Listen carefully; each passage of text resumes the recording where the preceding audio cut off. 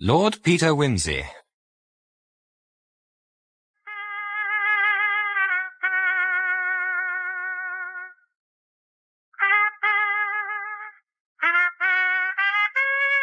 Starring Ian Carmichael as Lord Peter and Peter Jones as Bunter, with James Villiers as the Duke of Denver.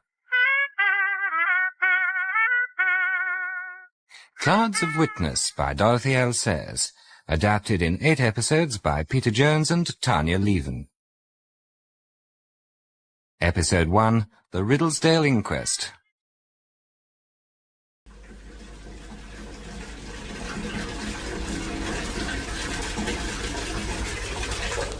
Good morning, my lord.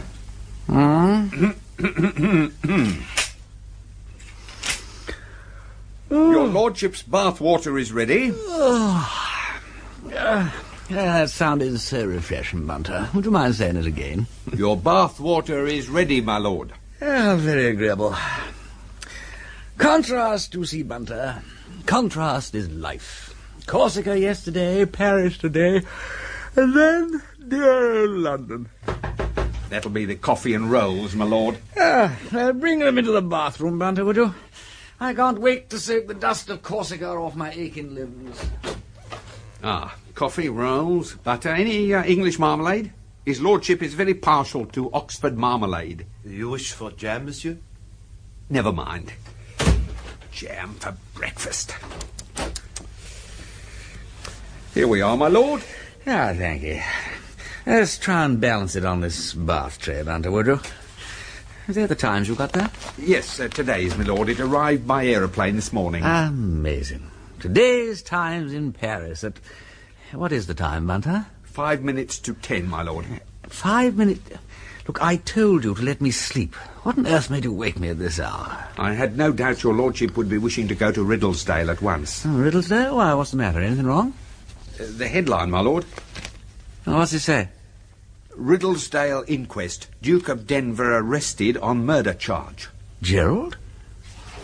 Good grief, let's have a look, Bunter. Well, upon my soul. When's the next train? I beg your lordship's pardon. I took the liberty to book seats in the aeroplane Victoria. She starts at 11:30. Yeah, you did quite right, Bunter. Dear me, poor old Gerald arrested for murder. Always hated my being mixed up with the police. Now he's mixed up with them himself. How very distressing to a brother. Well, I suppose one must have breakfast. Yes, my lord. There's a full account of the inquest in the paper, my lord. Well, read it, Bunter, would you, while I take a little nourishment? Who's on the case, by the way? Mr. Parker, my lord. Parker? Oh, I say, that is good. Splendid old Parker. You even say it's just awkward for my brother having no turn for criminology, what? I'm commonly worrying for the poor old lad. Yeah, well, read on, Bunter, read on. The inquest was held today at Riddlesdale in the North Riding of Yorkshire on the body of Captain Dennis Cathcart. The tragedy occurred at the Duke of Denver's shooting lodge on the night of October the 13th. The Duke of Denver gave evidence. I was returning from a stroll in the garden. At 3 o'clock in the morning? That's right. And my foot struck against something. I switched on my electric torch and saw at my feet the body of Dennis Cathcart. Did you realize he was dead? Oh, absolutely. I turned him over to make certain and saw that he'd been shot in the chest. Then I heard a cry in the conservatory and saw my sister, Lady Mary, at the door. Did she say anything? Yes, she said, "Oh, God, Gerald, you've killed him." Quiet, please. Were you surprised by that remark? Well, I was so shocked and surprised by the whole thing. I think I said to her, "Don't look," and she said, "Oh, it's Dennis. What can have happened?" And I sent her to the house to rouse everybody. Do you remember how she was dressed? I don't think she was in her pyjamas. I think that she had a coat on. I understand that Lady Mary Wimsey was engaged to the deceased. Yes. He was well known to you? He was a son of an old friend of my father's. Parents are dead. I believe he lived chiefly abroad.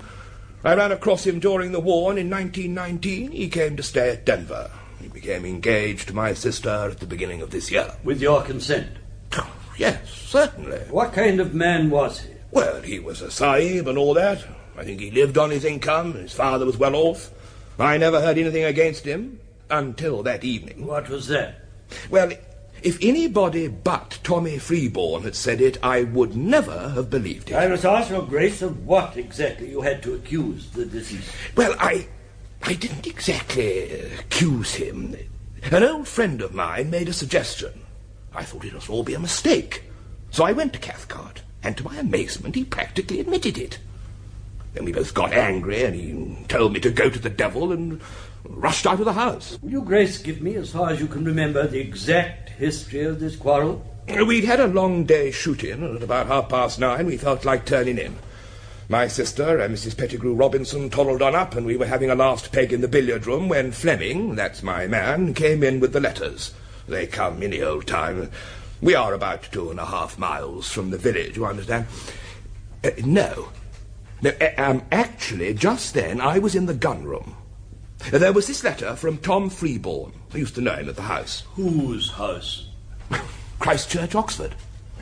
He wrote to say he'd seen the announcement of the engagement in Egypt. In Egypt? I mean, he was in Egypt. Tom Freeborn. He said, would I excuse him for interfering? But did I know who Cathcart was? Said he'd met him in Paris during the war, and he lived by cheating at cards. I thought I ought to know. What did you do? Well, I went and knocked at Cathcart's door. He said, who the devil's that, or something of the sort. And I went in and said, can I have a word with you? Well, cut it short then, he said. I was surprised. He wasn't usually rude. Well, I said, fact is, I've had a letter from an old friend of mine, and he says he met you in Paris. What the hell do you want to come talking to me about Paris for, he said, in a most uncommonly unpleasant way. Well, I said, don't talk like that, because it's misleading under the circumstances. What are you driving at, says Cathcart. Spit it out and go to bed. I said, all right, I will. It's from a man called Freeborn, and he says you lived by cheating at cards. Well, I thought he'd break out at that, but all he said was, what about it? I said, well, it's not the sort of thing I'm going to believe like that, right bang slap off without any proof. And then he said a funny thing. He said, beliefs don't matter. It's what one knows about people. Do you mean to say you don't deny it? I said. It's no good my denying it, he said.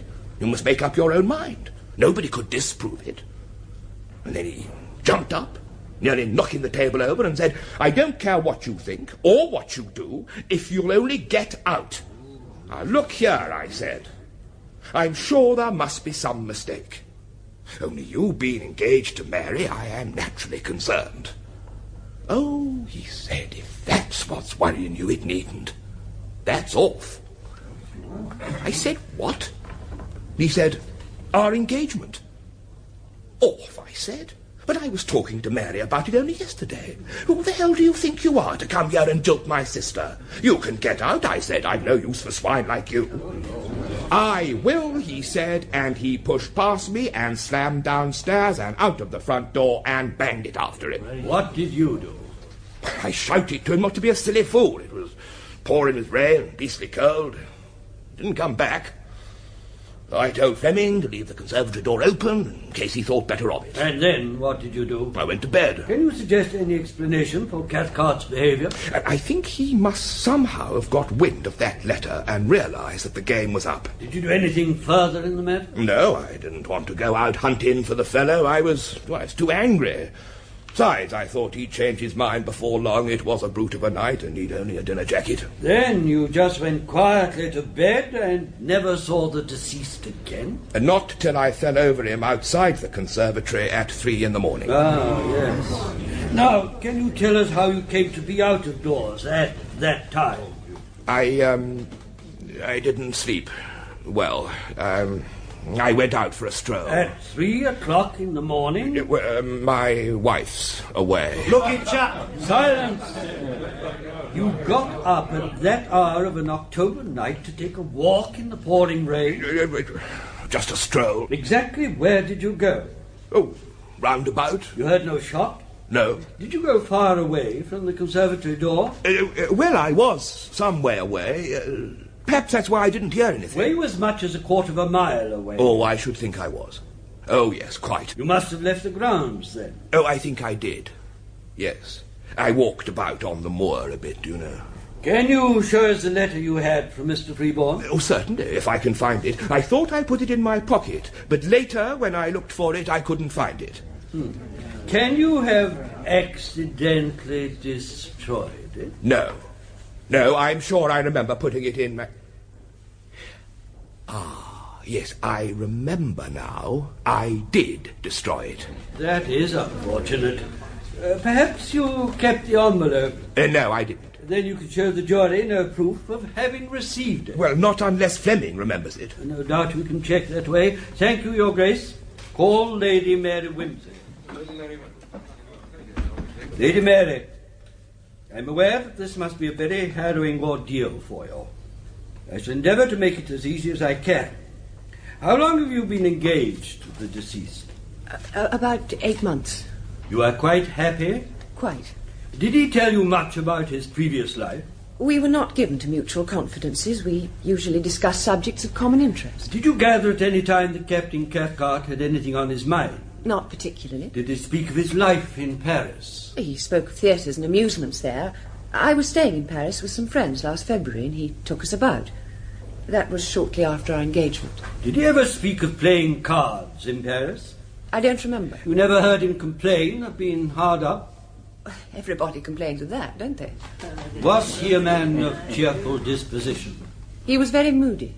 Did you know about the deceased wishing to break off the engagement? No, I did not. There had been no quarrel? No. So far as you knew on the Wednesday evening, you were still engaged to the deceased, with every prospect of being married to him shortly? Yes, of course. He was not, forgive me this very painful question, the sort of man who would have been likely to lay violent hands on himself? I never thought... Well, I suppose he might have done. That would explain it, wouldn't it? Now, Lady Mary, will you tell us exactly what you've heard and saw on Wednesday night and Thursday morning? Mrs. Pettigrew Robinson and I went up to bed about 9:30, leaving the men downstairs. At about 10:15, I heard 2 men talking loudly, and then I heard someone run downstairs and bang the front door. Then I went to bed. What happened next? I woke up at 3 o'clock. What wakened you? I heard a shot. You were not awake before you heard it? I may have been partly awake. I listened for a few minutes, and then I went down to see if anything was wrong. Why did you not call your brother or some other gentleman? Why should I? I thought it was probably only poachers. So you went downstairs by yourself. That was very plucky of you, Lady Mary. Did you go immediately? Not quite immediately. I put on walking shoes over bare feet, a heavy coat and a woolly cap. It may have been 5 minutes after hearing the shot that I went downstairs to the conservatory. Why did you go out that way? It was quicker. When I got there, I saw a man outside bending over something on the ground. When he looked up, I was astonished to see my brother. Before you saw who it was, what did you expect? I thought it was burglars. His Grace has told us that when you saw him, you cried out, "Oh, God, you've killed him." Can you tell us why you did that? I thought my brother must have come upon the burglar and fired at him in self-defence. Quite so. You knew that the Duke possessed a revolver? Oh, yes. I think so. What did you do next? My brother sent me up to get help. I knocked up Mr. Arbuthnot and Mr. and Mrs. Pettigrew Robinson. Then I suddenly felt very faint. And I went back to my bedroom and took some sal-volatile. Everybody was running about. I couldn't bear it. Usher, take Lady Mary downstairs and give her every assistance. You are the Honourable Frederick Arbuthnot. Afraid so. I mean, yes. Can you remember the night of Wednesday, October the 13th? Rather. Never forget it. Will you tell the court what happened? Well, I turned in with the rest of the crowd a little before 10. Left Denver downstairs, but heard him come up later. How much later? I didn't look at me watch. I was brushing my teeth at the time. Then I got into bed and turned the gas off. Or rather, I turned the gas off and then got into bed. And then I heard shouting coming from Cathcart's room. Then somebody slammed the door and ran down the stairs hell for leather. Well, for all I knew, the place was on fire, so I jumped out of bed and made a beeline for the door. Opened it, and there was old Denver just standing there. Did he say anything to you? Well, actually, I said, "Hello, Denver, what's the row?" And then? Then he rushed into his own bedroom and shouted out of the window. What did he shout? Don't be an ass, man. Did he sound angry? Very. That didn't mean anything. He was always like that. More dust and kick. Did you know Dennis Cathcart? Not very well. Did you form an opinion as to his character? Yes. What was it? Didn't like him. Any particular reason? Lord, no. Have you ever heard that he cheated at cards? Certainly not. You saw him with Lady Mary several times. Yes. Did you notice anything particular in his manner to her that evening? No, not at all. Or hers to him? No, but I'm not an observant type. I thought the dust up, none of my business. Went to bed and to sleep. And did you hear anything further that night? Nothing. Until poor little Mary knocked me up. Then I toddled down and found Denver bathed in Cathcart's head. Did you hear a shot? No, not a sound. Thank you, that's all. Call Mr. Pettigrew Robinson. Mr. Pettigrew Robinson. You are Alfred James Pettigrew Robinson. You go up to bed at the same time as the others on Wednesday night of October the 13th? Yes. What did you hear when you got up to the bedroom? Nothing. Nothing? Not when I got up to the bedroom, no. Did you hear anything later? Yes. What did you hear? Quarrelling. Who was quarrelling? Sounded like our host and Cathcart. What did you do? Opened my door. There was Denver. What was he doing? Shouting down to his man to leave the door of the conservatory open. Then he went back to his bedroom. Did you speak to him? I said, "What's up, Denver?" What's up? Denver. What's up, Denver? Yes. And what did he say? Nothing. Just closed his bedroom door. And what happened after that? Nothing until about 11:30. Then I heard his door open again and someone tiptoed down the passage. Did you hear anyone return? No, I went to sleep. Thank you. Call the next witness. Lydia Violet Cathcart. My nephew's notions were always very French. He was educated abroad. After my brother's death, I was left executrix of the will and guardian until Dennis came of age. Then he came into 10,000 a year. It was in some kind of foreign property. I benefited from the will also and converted my shares into British securities. I cannot say what Dennis did with his. Did he play cards, to your knowledge? I believe he was very good at cards. Did he, to your knowledge, ever cheat? No, but it wouldn't surprise me. I believe the people he consorted with in Paris were most undesirable. I never met any of them myself, I am pleased to say. I have never been to France. Silence! Thank you, Miss Cathcart. Call the next witness. John Thomas Hardrow. Oh, yes. You are John Thomas Hardrow. Yes, sir. You live in a cottage in the grounds of Riddlesdale Lodge. Yes, sir. Did you hear a shot fired on the night of Wednesday? I heard a shot about 10 minutes to 12. Was that unusual? No, sir. It's a good poaching country round there. You thought it was poachers? Yes, sir. Did you do anything about it? I got up and went out with my gun. But I saw never a soul, dead or alive.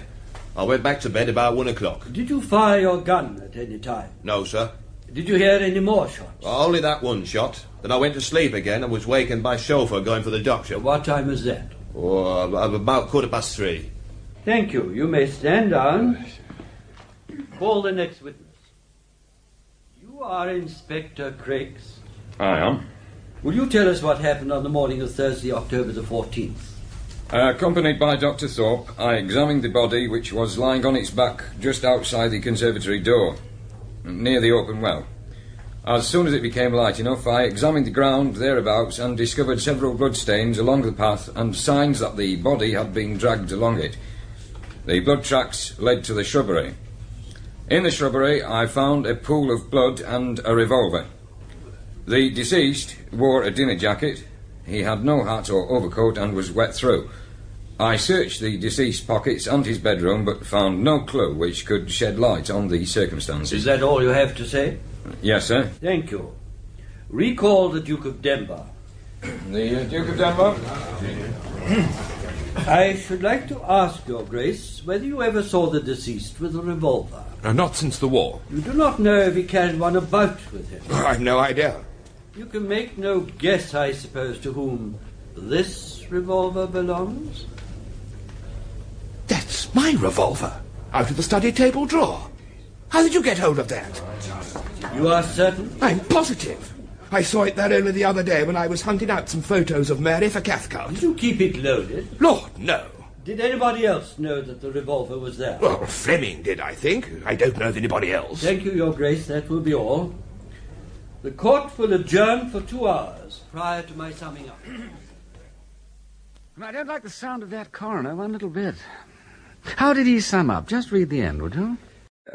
If you feel justified in laying the killing at any person's door, then you must allow no respect of persons to prevent you from doing your duty. Well, that's that, Bunter, old sport. Just about done for poor old Jerry, what? What could 12 good men and true possibly say to that? Quite, my lord.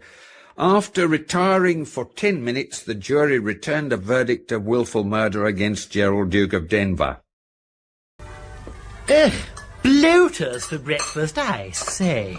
Personally, I like fish. Good for the old memory, what? Where are the ladies, Mr. Parker? Lady Mary's in her bedroom, resting. The others have gone to church. Weren't they getting stared at, what? The Duchess thought it didn't matter. All those bounders round here are socialists and Methodists. And if they're Methodists, they'll not be at church. You bet they will. There's anything to see. It'll be better than a funeral to them. What about you, Parker? Aren't you Scotland Yard people churchgoers? Some of us are, when we're not on duty. Expect you'll clear this murder up in no time, what? Well, I'll do my best. And besides, I'll probably have some help on the job. The young lad who was in court with you? No, he's gone back to London. I'm hoping for Her Grace's brother-in-law. Not old Peter, surely. Wimsey would be one of the finest detectives in England if he wasn't lazy. He's a rummy old bird. Ought to be here, what? If anything happens to old Denver, he's head of the family, ain't he? Until little pickled gherkins comes of age. Oh, what's that? Morning, dear old things. Well, how are we all? Peter, my dear old bean. No, don't trouble to get up, Freddie. Simply hate to inconvenience you. I'm bloater. Well, we've got Pedigree Robinson. You owe me £50 this last September year. What nonsense, then? Charles, old man, what a damn reliable old bird you are. Always on the spot like that patent ointment thing, what? How did you get here so quickly? Aeroplane. The Victoria from Paris to Croydon, North Eastern to Northallerton, and damn bad roads the rest of the way, and a puncture just below Riddlesdale. Damn bad bed at the Lord in Glory, too. However, I thought I'd blow in here for the last sausage if I was lucky. There aren't any. What? Sunday morning in an English family and no sausages. God bless my soul, what is the world coming to? Well, there is some curry. Oh, thanks for that. Here, I say you needn't be so stingy about it. I've been travelling for 3 days on end. Well, Gerald's going to have gone and done it this time, what? It's a pity you didn't arrive in time to see him. Yes, well, that's all right. I'll look him up in quad. I'm sorry for poor old Mary there. How is she? She's not to be disturbed, so Helen says. Yeah, well, she'll keep. Today, Parker and I hold high revel. He shows me all the bloody footprints. I say. That's all right, Pettigrew. That ain't swearing. That's an adjective of quality. I hope they aren't all washed away, by the way. No, I've got most of them under flower pots. Then pass me the bread and squish and tell me all about it. In that episode of Clouds of Witness, the parts were played as follows.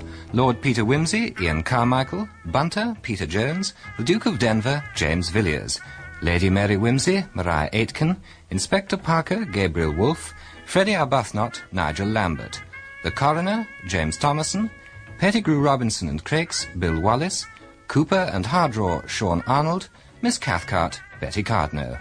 The Riddlesdale Inquest was adapted by Peter Jones and Tanya Leven from the book Clouds of Witness by Dorothy L. Sayers.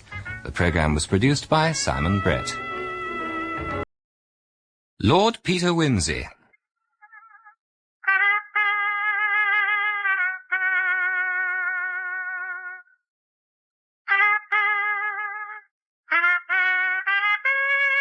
Starring Ian Carmichael as Lord Peter and Peter Jones as Bunter.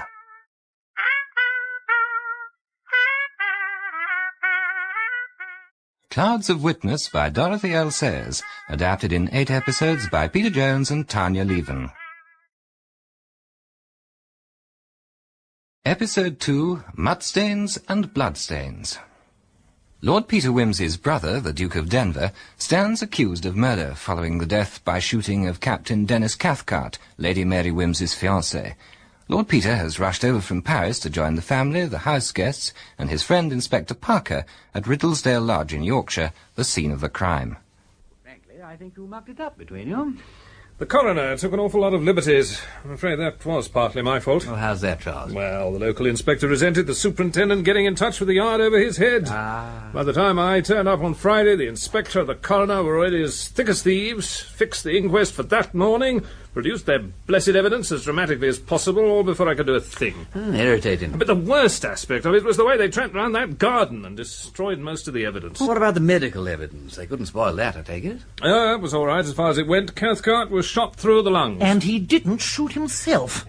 You sound pretty sure about that, Freddie. I didn't say anything at the inquest because I didn't want to upset old Denver's story. But between you and me, all that stuff about Cathcart being upset and go to blazes in his manner was all my whiskers. How do you know that? Why, my dear man, Cathcart and I toddled up to bed together, and I was feeling fed up, having dropped a lot on some mining shares, besides missing everything I'd shot at in the morning. I said something to Cathcart about the world being a damn fool place. I can see him now. He stopped on his tracks on the stairs. Actually, he said, it's a damn good place, and I'm going to ask Mary to fix the date of the wedding tomorrow. And then we'll go and live in Paris, where they understand. Understand what? Well, he actually mentioned the word. What word? Sex. And he marched off to bed, whistling. He's embarrassed, most likely. Not a bit of it. Cocky. Brought up abroad in the county with the fellow's temperament. Well, here's having the due, and Mr. Parker will find out something about it. We can't have old Denver cooped up in prison with the birds so good this year. I expect you'll want to make a tour of inspection, Mr. Parker. Billiards, Fanny? I'm not on form, Pettigrew Robinson. Well, I'll give you 100. Done. See you later, Peter. Yes, toodaloo. And I've been thoroughly thrashed for my generosity. Well, I'm glad you came, Charles. Thanks, Peter. Well, where do we start? Well, assuming that Cathcart was in a happy frame of mind when he went to bed, I think we should start in his bedroom. Oh, right. It's only fair to tell you, old lad, that I'm setting off with the assumption that my brother didn't do it. I'm sure he didn't. No. Now, look here. It's your job to pour cold water and to doubt all my conclusions. I'll do my best. There we are. A trifle Spartan. Everything's just as it was. Craig's had that much sense. According to your brother, Peter, when he charged Cathcart with cheating at cards, he jumped up, nearly knocking the table over, and that would be the table there. Yes. So Cathcart was sitting here. He pushed the chair back violently and rumpled the carpet. Yes, here we are. So what was he doing? He wasn't reading. There's no book about. Writing, do you think? No, nothing here but a virgin sheet of blotting paper. He might have written in pencil. Yes, true, old Killjoy, so he might. Well, if he did, he shoved the paper into his pocket when Gerald came in, because it ain't here. But he didn't do that, because it wasn't found on his body, so he wasn't writing. Of course, he might have thrown the paper somewhere outside. I haven't been all over the grounds. How long was he down there? Well, if we accept the gamekeeper's evidence that the shot he heard was the shot at 11:50, well, then Cathcart had an hour and a half to dispose of any note he might have been writing. Very well. Let's say that there is nothing to show he was writing. Will that do? Right, now then. Cathcart sat here in a brown study. So your brother said. Now, don't overdo it, Charles. Let's have a look at the dressing table. Yes, a nice tortoiseshell toilet set. The scent is Bessé du Soir. I say very fetching. New to me. I must draw Bunter's attention to it. Manicure set, too. Oh, he's a meticulous sort of chap. You know, I never quite understood Mary taking up with him. Then I never quite understood Mary. You remember she got caught up with some pacifist waller. Rather deuced irritating. Particularly with the war on. Let her down badly. Presumably her taste in men underwent a change. What about his papers? No, not much here. I think all his important papers are in Paris. He has a flat there. Didn't he have a place in London? Yes, a room in Albany. I've telephoned them to lock it until we get there. No letters? No, not a line. Built-in instinct for self-preservation. Books. Let's have a look. South Wind. Our young friend works out very true to type. Man on Lesko. Anything else I ought to look at? I don't think so. No, I've gone through everything. Where then? Well, let's go downstairs. Tell me, who occupies the other rooms? Well, that's your brother's bedroom, cleaned and dusted and generally ruined for the purposes of investigation. And when the Duchess arrived, I couldn't very well keep her out of her own bedroom. No, of course not. I wonder where he put that letter from Freeborn. No one's got a word out of him about that. Stands to reason, having accused Cathcart of being a rascal, he'd have held on to the evidence, unless, of course, the letter referred to some entanglement your brother had years ago, something he'd prefer the Duchess not to... I say, now, that's an idea. Yeah, there were occasions, mild ones, I grant you, but Helen would make the most of them. Still, when it comes to the gallows... Yes, do you think he realises, imaginatively, that it's possible to hang an English peer for murder on circumstantial evidence? Imagination ain't Gerald's strong point. I suppose they do hang peers. I mean, they can't be hidden on Tower Hill or anything. Well, they hanged the Earl of Ferrers in 1760, and he was dissected and anatomised afterwards, but that part of the treatment's obsolete. We'll tell Gerald about it and perhaps persuade him to take the matter seriously. Do you know what he wore on Wednesday night? Heavy boots, but he had them cleaned, and he wore leggings as well. Rather an elaborate precaution for a stroll in the garden, right? Yeah. This is the way, through the conservatory.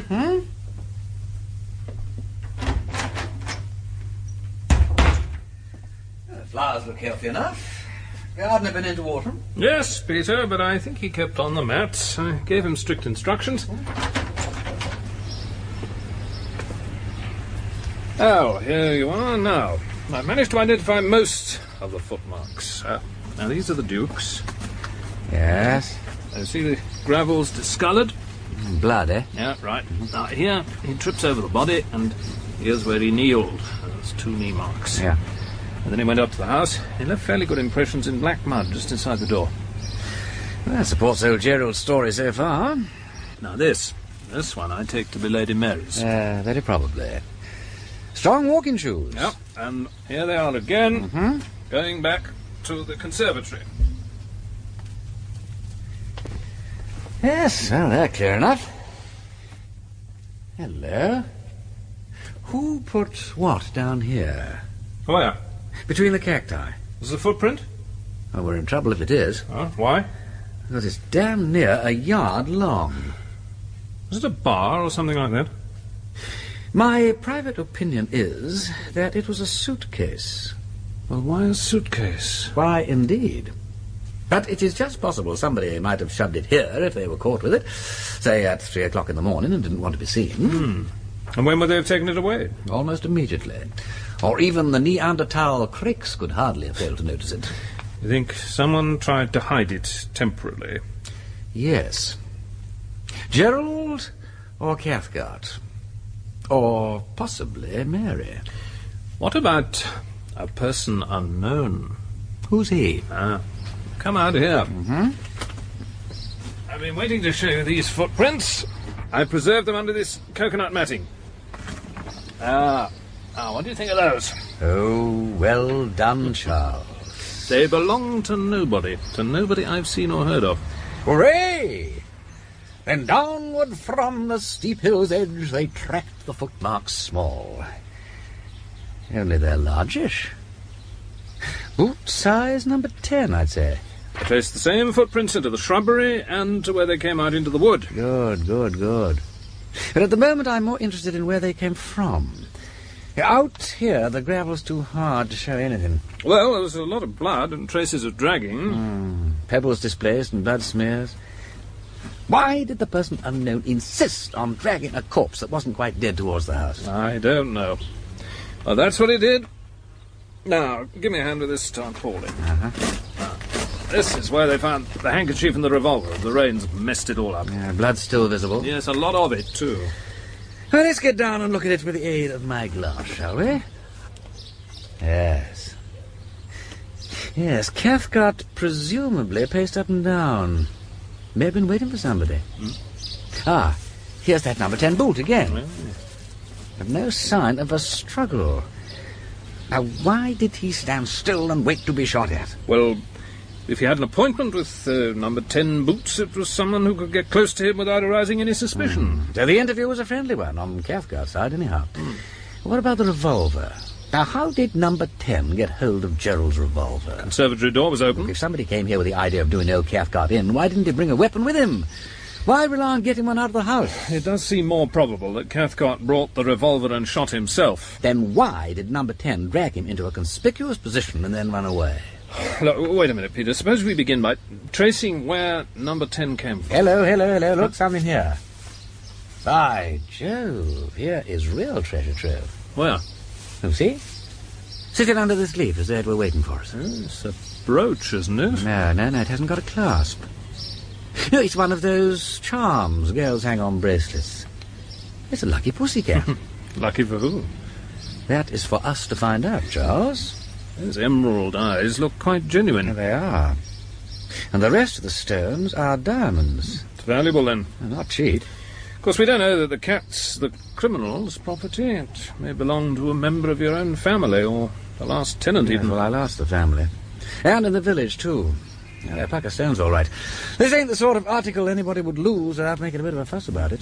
Oh, this broken branch looks like number 10 again. Yes. Yeah. I've lost him again. It's all right, I've got him.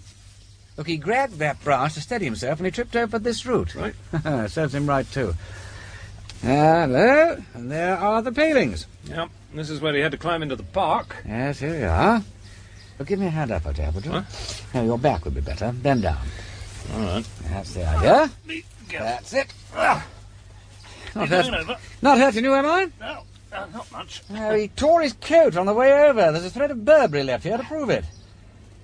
And there is a deep, damp ditch on the other side, which I shall now proceed to fall into.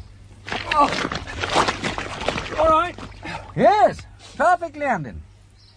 Why don't you come over? Because I'm not so constructed that I can bend over and climb onto my own back. There's a gate a few yards down to the right. That's a gamekeeper's lodge. Yeah, well, nip round there and join me in this fascinating ditch. There's somebody at the door. You might ask them if they saw anyone on Wednesday night. All right. But be careful. Don't go and break a leg. Ah, it's Mrs. Hardraw, isn't it? Hi. Morning, sir. Good morning. We're just having a look round for anything which might help to solve the mystery of Wednesday night. My husband's at church. Ah. Well, did you find any signs of poachers on Wednesday night? No, sir. Not so much as a dead rabbit. Any suspicious characters hanging about? Nay. We allers keeps a lookout for tramps and such, as it be such a lonely place. But Wednesday, I saw none but a young man with motorbike and sidecar. What time was that? Oh, I reckon 'twas about noon. He said he had a puncture and asked for a bucket of water. Did he say where he was going? Aye, Cumberland. How long was he here? Half an hour. Then I watched him trying to get his machine started and puppeting towards King's Fenton. Yeah. What sort of a man was he? Oh, I don't rightly know. Well, I mean, was he young? Oh, wasn't old. Tall? No, I wouldn't say as how he was tall. Short, then? No, wasn't short. Medium height? Never noticed how medium he was. What was he wearing? Raincoat. With a belt? I don't remember no belt. No belt. But I wouldn't swear he didn't have one. I see. Possibly wearing a raincoat with or without a belt. Aye, that'd be more like it. With or without a belt. One last question, Mrs. Hardraw. Was he a gentleman? Oh, well, not quite. Come on, Charles, don't take all day. Is that his lordship in ditch? Yes, I'd better go and give him a hand. Thank you very much. Excuse me. Right. Come on, Charles, this really is the most beautiful ditch. Coming! From such a ditch as this, when the soft wind did gently kiss the trees, and they did make no noise, from such a ditch our friend, methinks, mounted the Trojan walls, and wiped his soles upon the greasy mud. Yeah, there you are, Charles. Say, just look at my bags. Yes, but look at the wall. Number 10 must have been a very tall man. Yes, I know. No end of a climb from this side. Suppose he might have had a friend to give him a hand or a back. Only one set of footprints. Yes. So, we know he went in. And since he ain't in there still, we can assume that he came out again. But somewhere else. True. So let's walk round the perimeter and see if we can find the spot he exited from. Right. While we do that, I can tell you what I gleaned from Mrs. Hardwell, Splendid. gamekeeper's wife. She told me that on Wednesday, a man with a motorbike and a sidecar... Well done, Charles. Here are the tracks of the motorcycle. Good heavens. Look, they come right off the road, and then they go back onto the road again down... Can you see what I see? Charles! It looks like a raincoat belt. A Burberry. So he had an idea where the motorcycle was and made a beeline for it when he needed to get away in a hurry. Yes, I think we've done quite well. Yes. Yes, things begin to look a lot more comfortable for old Jerry. La la da da da da da da da dee dum ba bum bum ba dee da da dee.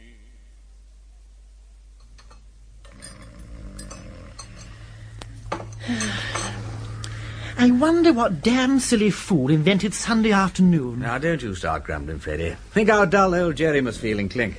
Probably playing drafts with the warder. Where's your policeman friend, Peter? Going back to London. I never heard him go.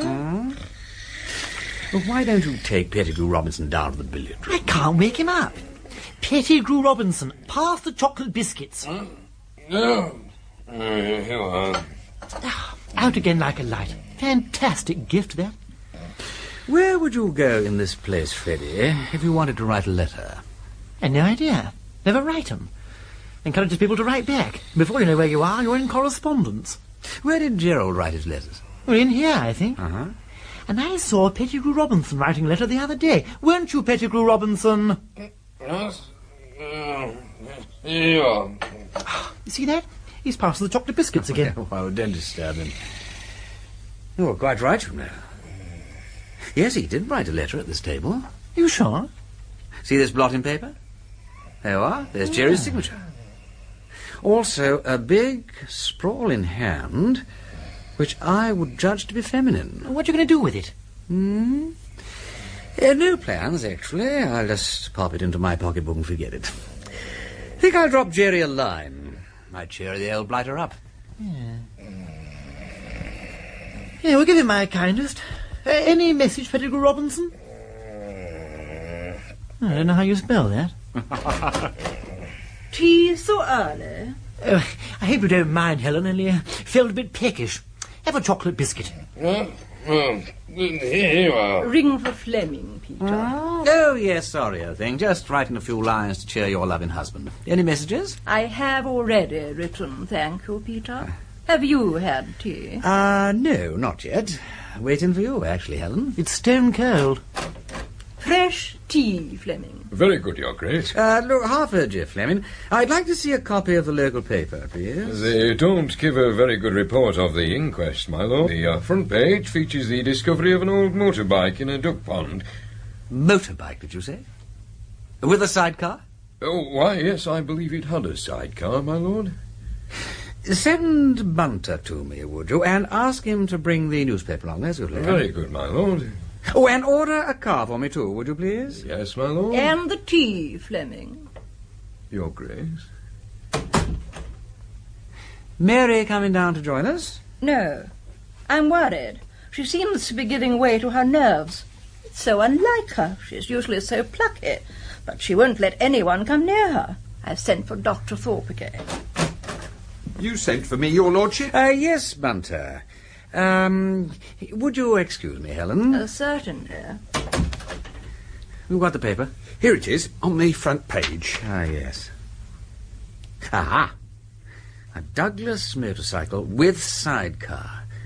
Submerged for several days. No number plate. Bunter, I am going into Ripley. Does Your Lordship require me? No, thank you, Bunter, no. But who's been lady's maiden, my sister? Ellen, my lord, the housemaid. Then I wish you to exercise your powers of conversation on Ellen. Very good, my lord.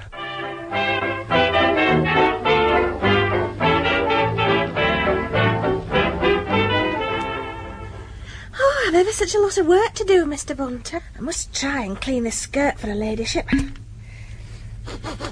Benzine. Yeah, can't you smell it? Would you mind not applying it for a moment? But I want to get the stain off the skirt. Of course, but leave it there for a moment. That skirt has a story to tell. Get away! Oh, yes, to the analytical mind it has a lot to say. This stain here on the hem might point to a person's guilt. No. But on examination, his lordship and I might jointly establish that it is merely the blood of a shot rabbit, and therefore the suspect is innocent. Yes, well, you'd be wrong there, Mr. Bunter. It's the blood of a bird. Indeed. Then I think I'll snip a tiny bit of the material off just here and add it to my collection. What species of bird, I wonder? Oh, pheasant, I reckon. Is it all right for me to clean the stain off now? Carry on. Lady Mary is lucky to have someone like you to take such care of her. Wish she thought so. You've never heard such a show of hysterics as when I went into her room to get her clothes. But I suppose you made allowances for her being in a state of shock. State of shock? Oh, I suppose it's very nice to be a ladyship and have your temper called a state of shock.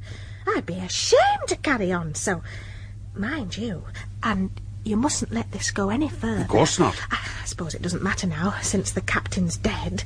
What is it that doesn't matter? She didn't appreciate him. I said so to Cook at the time. I think she wanted to get married, to get away from home as much as anything.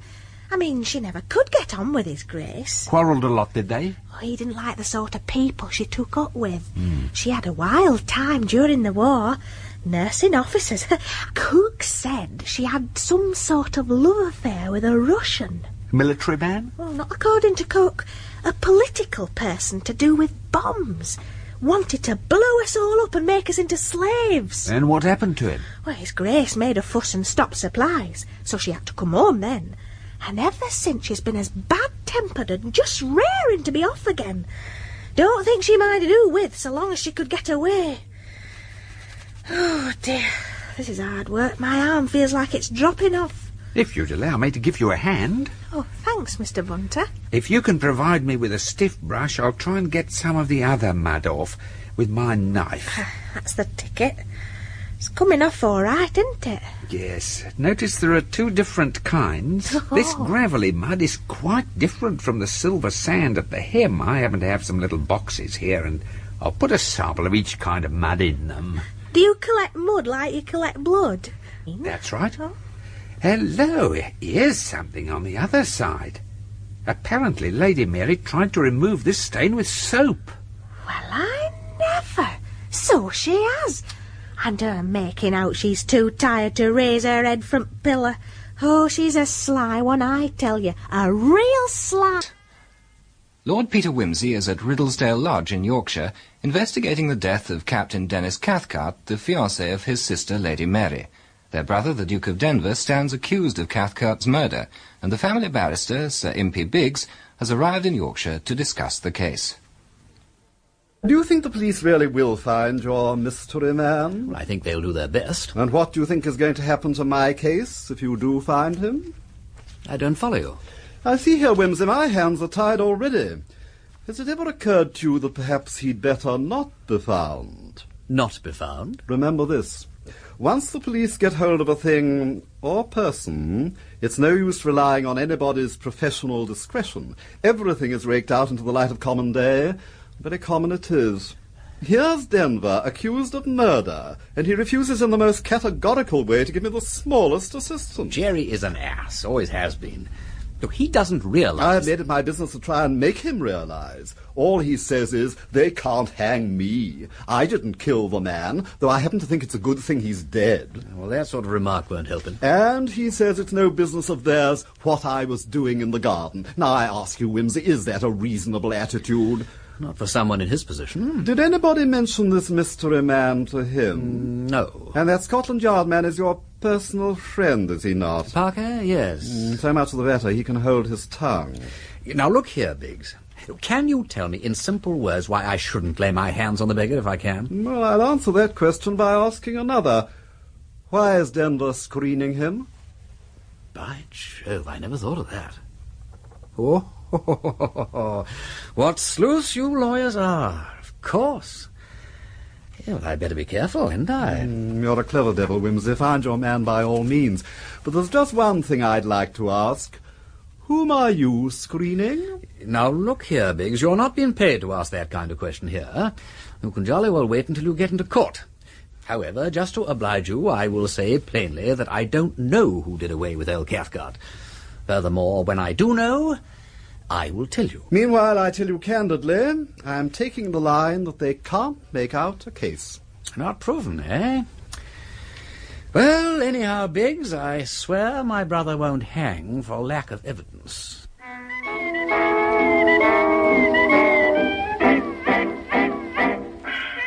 Good morning, my lord. Morning, Bunter. What's the time? Shortly before 9, my lord. I would have brought the coffee earlier if I'd known you were awake. I've been thinking, Bunter. I guessed as much, my lord. A pleasant enough morning, dry and sunny, slight frost, mist already clearing. No news of an anticyclone or anything? Pardon, my lord? Yeah, never mind. Just pour the coffee, would you, Bunter?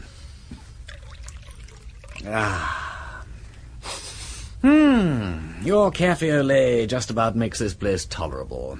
Thank you, my lord. Did you post off those specimens you took from Lady Mary's skirt? I did, my lord, last night. The analyst should be starting on them first thing this morning. Did the maid return the skirt to Lady Mary? Yes, my lord. And? I haven't seen her since, my lord. Well, I haven't spoken to my sister ever since I've been here. And she's not likely to feel any better so long as she stays cooped up in her room. I believe her grace tried to persuade her ladyship to go to the police court this morning with the rest of the party. The police court's only a formality. It doesn't achieve anything. We have got to get hold of some facts, Bunter. Cold, hard facts. Yes, my lord. When I was a small boy, I hated them. Thought of them as nasty, hard things like knobs. Uncompromising. Yes, my lord. My own mother always used to Your say mother, when... Bunter? I didn't know you had one. I always imagined that you were turned out ready-made, so to speak. Oh, excuse me. Infernally rude of me. Beg pardon, I'm sure. Not at all, my lord. My mother lives in Kent, my lord, near Maidstone. She always says, my lord, that facts are like cows. If you look them in the face long enough, they generally go away. She's a woman of considerable courage, my lord. Well, she's quite right, Bunter. Shall I run your lordship's bath? Yes, a fairly cold one, Bunter. Something to stimulate the circulation. I need a very clear head. I'll bear that in mind, my lord. Ah, Fleming is here, my lord. What are you doing there, Fleming? I've brought your lordship's letters. Then bring 'em in, man. Bring 'em in, bring 'em in. All right, Bunter, prepare my bath, would you? Yes, my lord. When were these delivered, Fleming? A few moments ago, my lord. I see. All right, Fleming, that'll be all. Thank you, my lord. I attempt from love sickness to fly in vain. Ah, good old Parker bird. I wonder what luck he's had in London.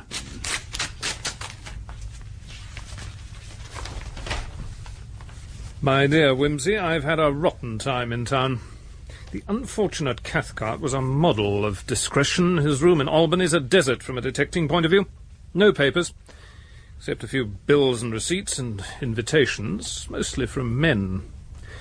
Poker seems to have been his great game, but no suggestions of anything crooked. He won pretty consistently, but never spectacularly. I think the information we want must be in Paris.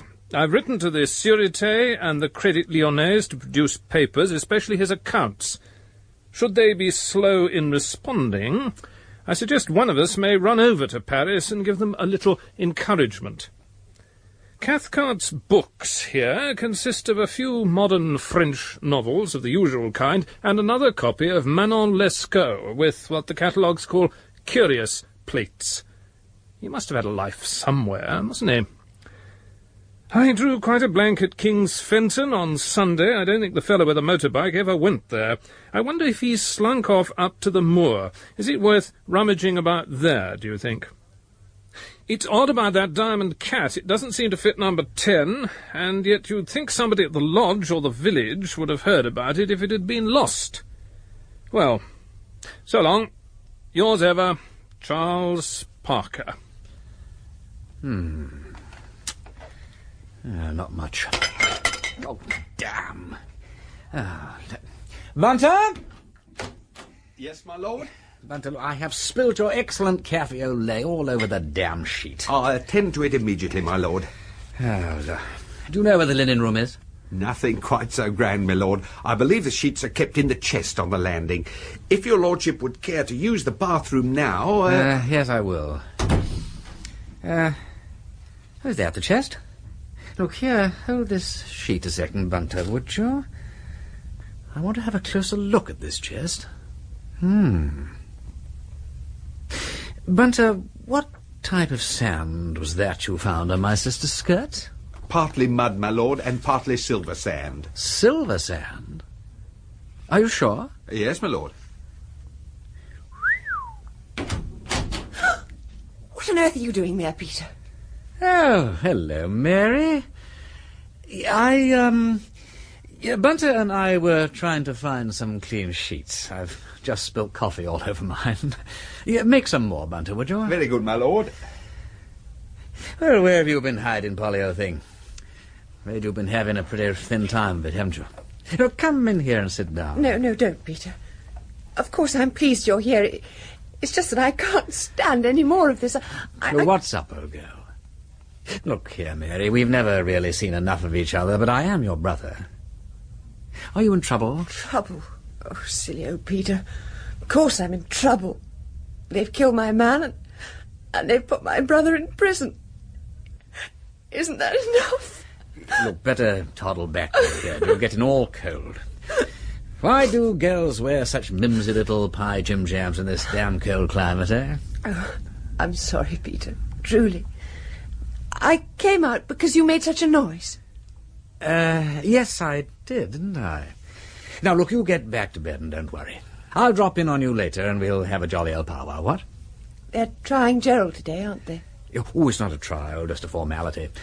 The jolly old magistrate bird hears the charge read out and the family solicitor says old Gerald reserves his defence, that's all. Till the assizes. We'll have to buck up and be fit by then. I couldn't go through all that again. I should be sicker. I'm feeling awful. No, don't come into my room. I don't want you to. Look, let me tuck you in. No, Peter, I don't want anyone. Ring the bell for Ellen. No, let me go. Look, Mary. Let me go, I say. Look, Mary!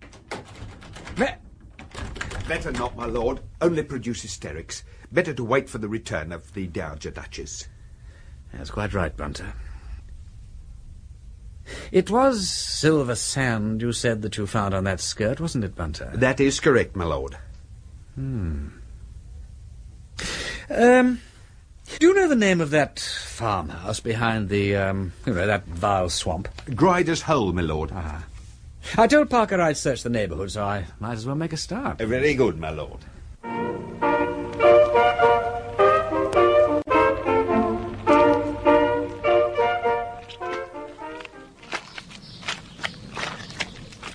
Good day to you.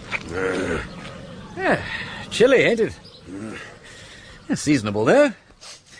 Good for the sheep, I dare say. Makes their wool curl and so on, what?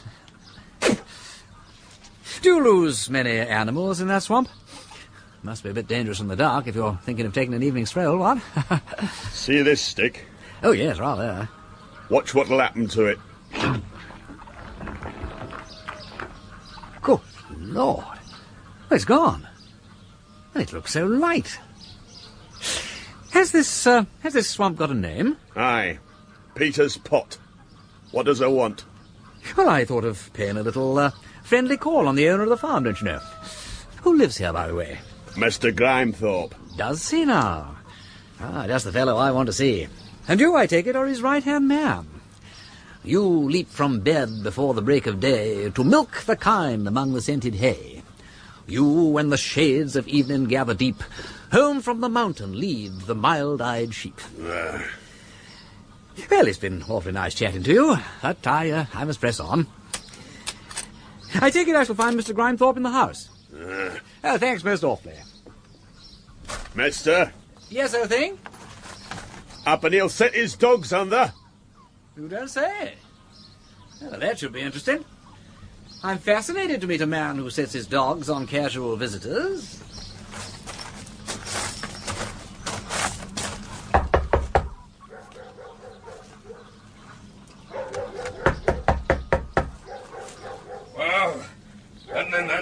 Hang thee!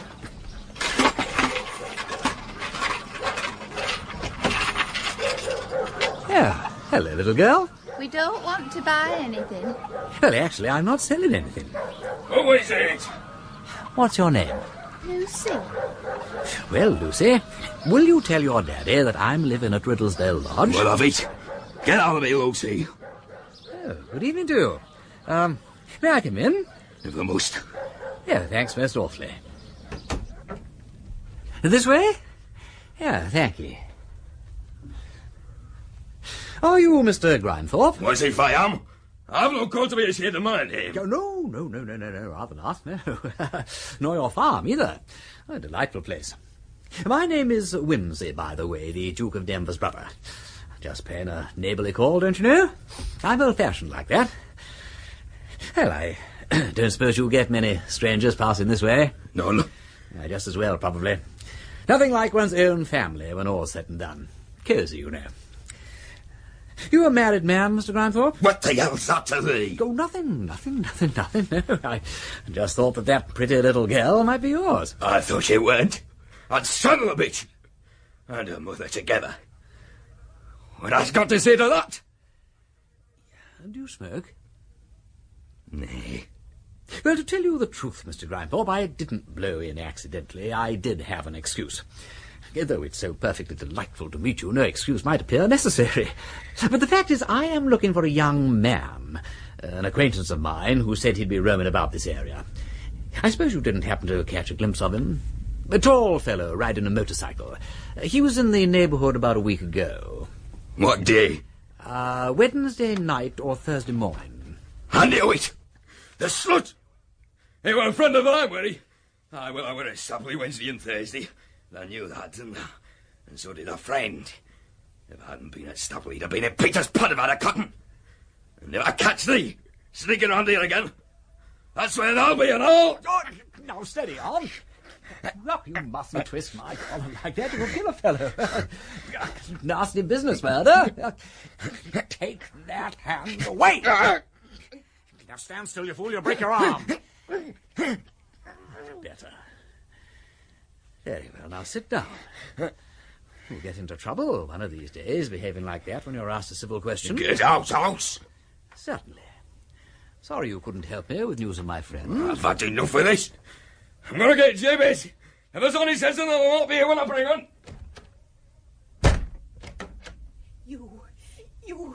You are mad to come here. He's gone for the dogs. Quick. Madam, I don't quite Oh, I thought you... If you don't care for your own life, then go for my sake. He'll kill me. Madam, if you're in fear of what he'll do to you, then let me stay and protect you. You can stay and murder me. Go. Perhaps you're right.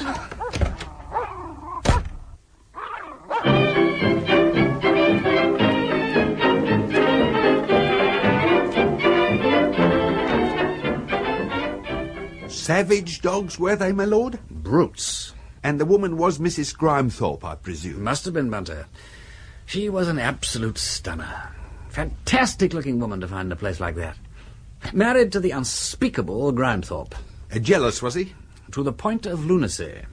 But hadn't, so far as we know, seen the gentleman with the motorbike? No, but quite prepared to believe that he'd been there. And I must say, if Number 10 did call on her for the purpose suspected, then he had every excuse for it. The lady seems to have made a distinct impression on your lordship. You should have seen her, Bunter. I shall hope to, my lord. I wonder where she was while I was talking to him. Now, wait a moment. Look, she probably looked out of the window. In the half-light, she sees a chap in an aged Burberry. And Number 10 is a bloke in an aged Burberry. Right, now let us suppose she thought that I was Number 10. What does she do? She sensibly keeps out of the way. Then, when Grimethorpe goes for the dog, she rushes in to warn me. Him, Number 10. Sounds reasonable, my lord. If I can manage it without danger to life and limb, I must try and see Mrs. Grimethorpe again. Yes, my lord. While you were out, Mr. Parker telephoned. He's decided to go over to Paris to hurry things up. I see. Well, Bunter, old thing, I think we had better get back to London, just in case he wants us to nip over to Paris and give him linguistic assistance.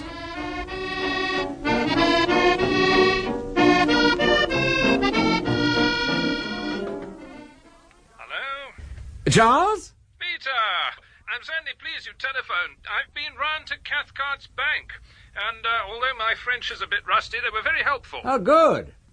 Did you find out anything interesting? Well, I'm not sure.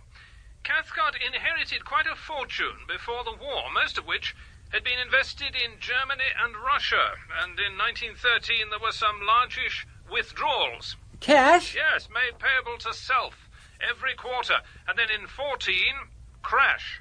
Investments in Germany? Yeah, and Russia. Stop dead. Oh, bad luck.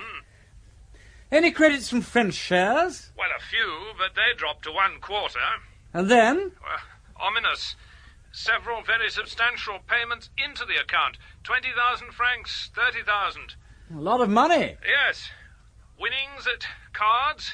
But even so, towards the end of the war, he seems to have got desperate again and started gambling on foreign stock exchanges. I'm going round his apartment at the Rue Saint-Honoré to have a look.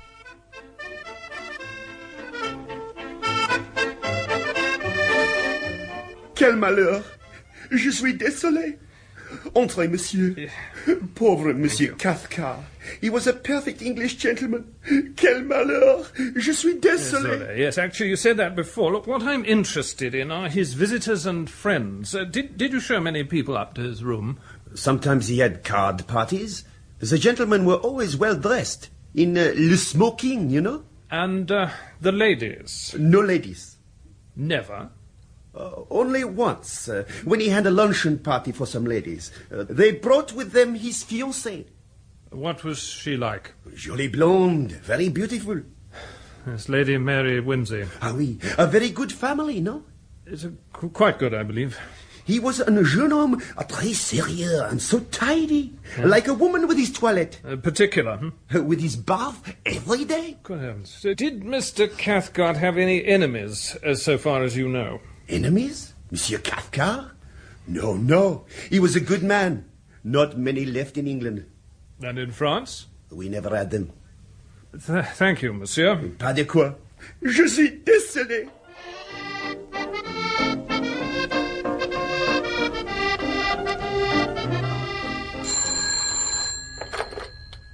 Mayfair 0299, Lord Peter Wimsey's residence. Yes, Bunter, it's me, calling from Paris. Good evening, sir. Yeah. My Lord, Inspector Parker. Thank you, Bunter. Hello, Parker Bird. How did you get on with the concierge? Never mind that. Now, listen, Peter, I've seen a cat. Now, why the deuce do you ring me from Paris to tell me that you've seen a cat? Like the one we found at Riddlesdale. Aha! Where did you see it? In a jeweller's by the Madeleine or something. I was shopping, buying a crepe de chine camisole for my sister in Barrow-in-Furness. Sorry, buying a what for whom? Well, no, never mind. I saw this cat in the window, just like the other one. And you asked the jeweller who bought it, I presume. What did he say? Well, that's the trouble. The shop was shut. I'm going round first thing in the morning, but I thought you'd like to know. Oh, thank you. Oh, that's good news, old son. Yes. Keep me informed, whatever happens. I will, Peter. Cheerio.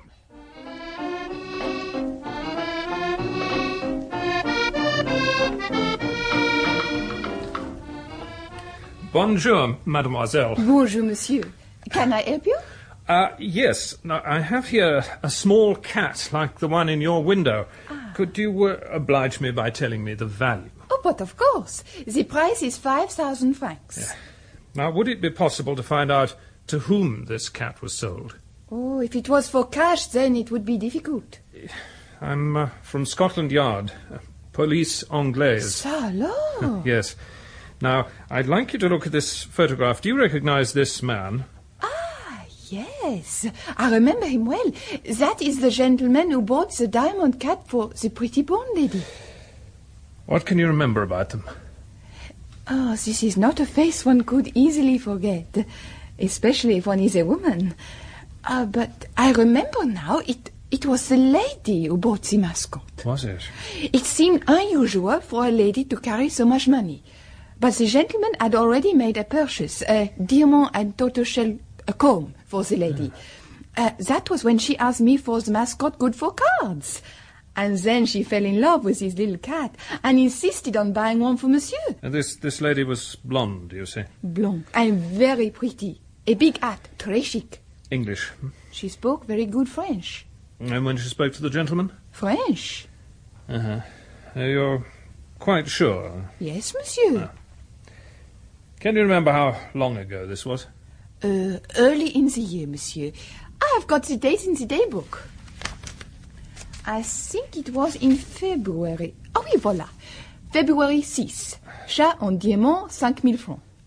Is that other entry the tortoiseshell comb? That is correct, monsieur. Oh, dear. Well, that settles it. Monsieur is not content? Oh, yes. Thank you, mademoiselle. Most grateful. You've been extremely helpful. If I appear disappointed, then that's only because I would have preferred to find quite different facts. Contrary. Lord Peter Wimsey is investigating the death of Dennis Cathcart, for which his brother, the Duke of Denver, stands accused of murder. His investigations in Yorkshire, and those of his friend Inspector Parker in Paris, suggest that his sister, Lady Mary Wimsey, who was engaged to Cathcart, did not tell the truth at the inquest on the dead man. Mary is now ill in bed, and their mother, the Dowager Duchess of Denver, has arrived in Yorkshire. You ought to have been there at the assizes, Peter. I'm sorry, Mother. So you should be. When Gerald was what the judge called produced in court, his poor little face was so strained. Bound to be. He seemed to look round for the family, and I'm very pleased we were there. Look, Mother, I explained that I didn't attend because I knew it was mere routine. Even so, for Gerald's sake. Look, I was doing other things for Gerald's sake. You were? Of course, Mother. Look, I'll tell you about them later. First of all, I want you to go up and see Mary. Just what I meant to do. But now, aren't you interested in what happened? Well, of course, dear, but I already know. They brought in a true bill against Gerald and passed everything over to the House of Lords. Exactly. The judge admitted that he was incompetent. Incompetent, dear, to try a peer. Looked just incompetent to me. Anyway, the Lord Chancellor is to be informed, and he will make all the arrangements. He started that days ago. Ugh, what ridiculous snobs they are. I must go up and see Mary. Look, there is something I want you to ask her about. Yes? What is it? Well, so long as you can do it without upsetting her. Oh, don't worry too much about that. Well, I would like to find out more about a lucky charm and a tortoiseshell comb I believe Mary and Cathcart bought in Paris. Lucky charm? She gave it to him when they were over there. Quite an expensive mascot with diamonds. It can't have been very effective, or he'd still be alive. Leave her to me. Shall I come up with you? No. Dr. Thorpe is coming later on, and I'd rather talk to her on my own. Yes. Yes, all right, dear. Well, I'll be down here, so send for me if you want, eh?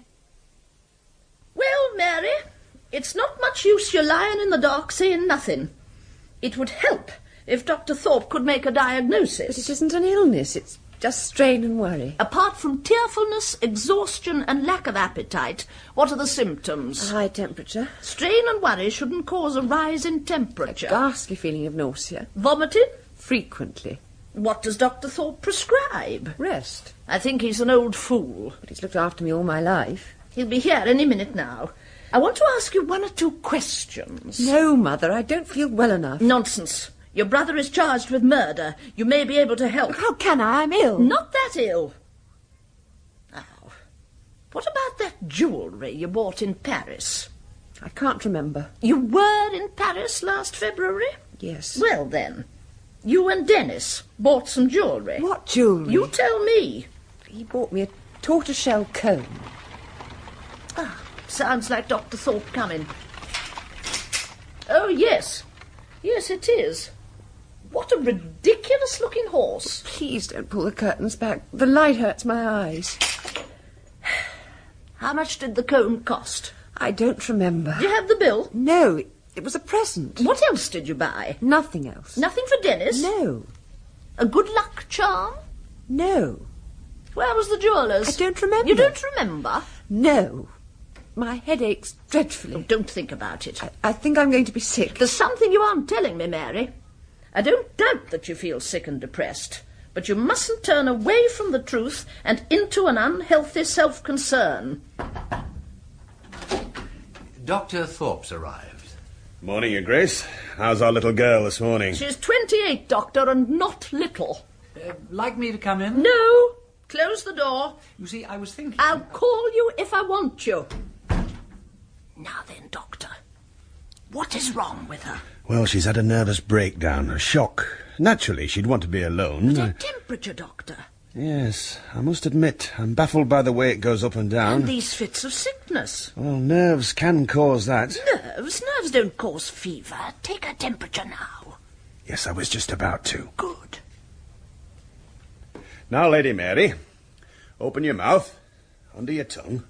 That's it. Been able to eat anything? Drinking liquids? In my day, we called this kind of behaviour hysterics and naughtiness. We didn't let gals pull the wool over our eyes. There was never any talk of neurosis or reflexes, or repressions, suppressions, depressions. If you ask me, there's a fairly simple explanation. Is your horse all right out there? Eh? Yes, I think he's perfectly all right. Ah. Doctor? Your Grace? I don't think your horse is all right. Come over here. Is it a very old horse? Well, not very old. May I read the thermometer? You should have a motor car. I'll have a thermometer now. Thank you, my dear. I think you're going to find it's gone up. She doesn't look feverish. My word, you're right. 103.4. Come outside, Doctor. Yes, of course, Your Grace. Peter, what are you doing? Waiting for you, actually. She's bluffing. Her temperature indicates there is something wrong. That's what she's bluffing about. When we went over to the window to look at your horse, I glanced at her reflection in the dressing-table mirror. She was applying the thermometer to the hot water bottle. Surely you were mistaken. My word. Then she is faking. Good heavens. I'm not normally taken in so easily. But Mary is, after all, a lady. I've never heard such rubbish. Come along. I want to look in the bathroom. The bathroom? Ah, good idea. You think she's taking something to induce the sickness? I think it's likely. Peter, have a look at the medicine cabinet. Yes, Mother. Now then, bath salts, Elliman's embrocation, sal volatile, Crucian salts. Hello, what's this at the back? Ipecacuana. The family bottle, and it's 3/4 empty. Great heavens! That's why she vomits. Well done, Mother. It's easy to see which side of the family has the detective instinct.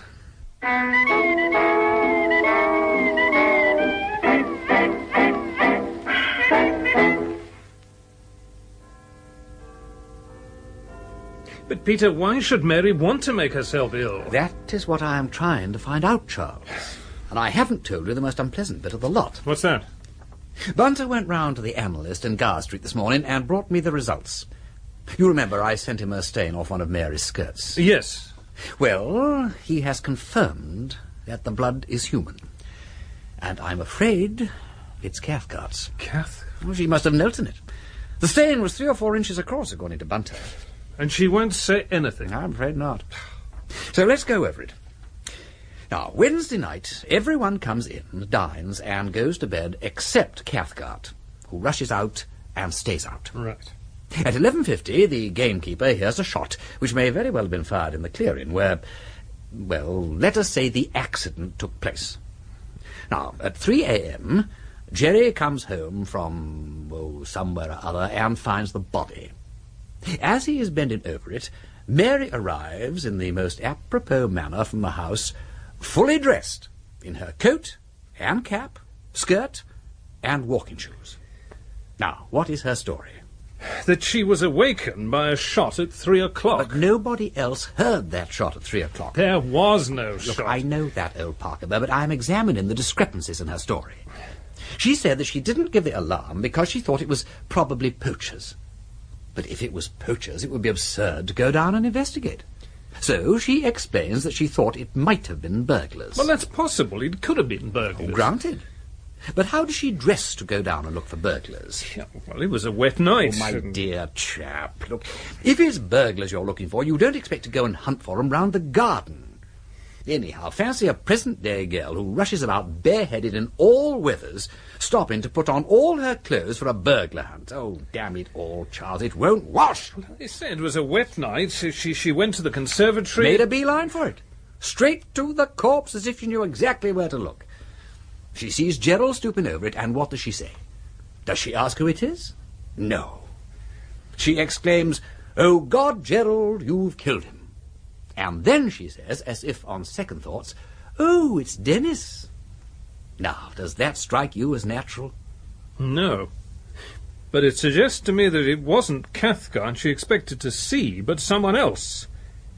Cathcart's death, at any rate, was a surprise for her. Yes, now we must remember that. Right. Gerald sends her up for help. She wakes up Freddie and the Pettigrew Robinsons, and then what? She locked herself into her room. Correct. And shortly afterwards joined the others in the conservatory wearing a cap and coat and walking shoes, but over pyjamas and bare feet. So you're suggesting that Lady Mary was already awake and dressed at 3 o'clock, and that she went out by the conservatory door with her suitcase, expecting to meet the murderer of her... Oh, damn it, Peter. No, we needn't go as far as that, you know. We decided that she didn't expect to find Cathcart dead. No. Well, she went presumably to meet somebody. All right. Well, shall we say, pro tem, she went to meet number 10. Yes. Mm-hmm. And when she saw the Duke stooping over Cathcart, she thought, by Jove, Peter, when she said you've killed him, she meant number 10. She thought it was number 10's body. Of course! Oh, what a fool I am! Then, recollecting that she was not supposed to know who it is, she said, "Oh, it's Dennis." Then when she saw that it wasn't the body of number 10, she realised that number 10 must be the murderer. So her game was to prevent anybody knowing that number 10 had been there. She'd shoved her suitcase behind the cacti, and then when she went upstairs, she pulled it out again and hid it in the oak chest on the landing. Cacti, silver sand. Exactly. It fits. Then she knocked up the Pettigrew Robinsons. Right. Now, she'd be in the dark. They'd be flustered. They wouldn't notice exactly what she had on. And as soon as she could, she rushed back to her own room and took off the skirt she'd worn when she knelt at Cathcart's side. Then she got into her pyjamas, keeping on the cap, coat and shoes, because that was what people had seen her wearing already. Yes. Then she concocted the burglar story for the coroner's benefit. That's about it. I suppose she was so desperately anxious to throw us off the scent of number 10 that it never occurred to her that her story was going to implicate her own brother. But she realised it at the inquest, and that explains why she grasped at the suicide theory. Yes! And when she realised she was simply saving number 10 at the possible cost of her brother's life, she lost her head and took to her bed. No, she refuses to give any evidence at all. Well, it seems to me there's an extra allowance of fools in my family. Anyway, clears the poor girl, that's the main thing. Now, she isn't the accused, Charles. I want something that will clear Gerald. Telegram, my lord. Thank you, Bunter.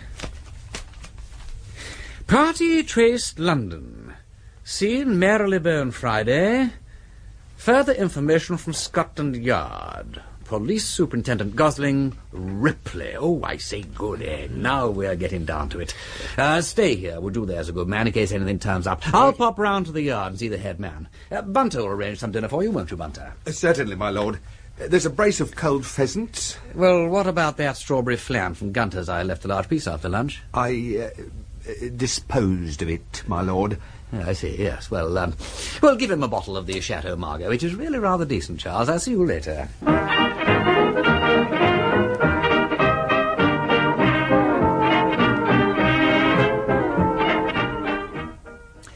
Well, thanks very much, Sir Andrew. I really mustn't take up any more of your time. That's all right, Lord Peter. Here at Scotland Yard we don't keep normal office hours, any more than do the criminals. But you've been very kind. Good. Well, we'll leave it there for now. The man was undoubtedly seen at Marylebone on the Friday morning, and though we have unfortunately lost him again at the moment, I have no doubt we shall have our hands on him again quite soon. Every confidence, Sir Andrew, as ever. Thanks very much. I hope you're satisfied that we're doing all we can. Can you get a cab? Yes. And thanks again for everything.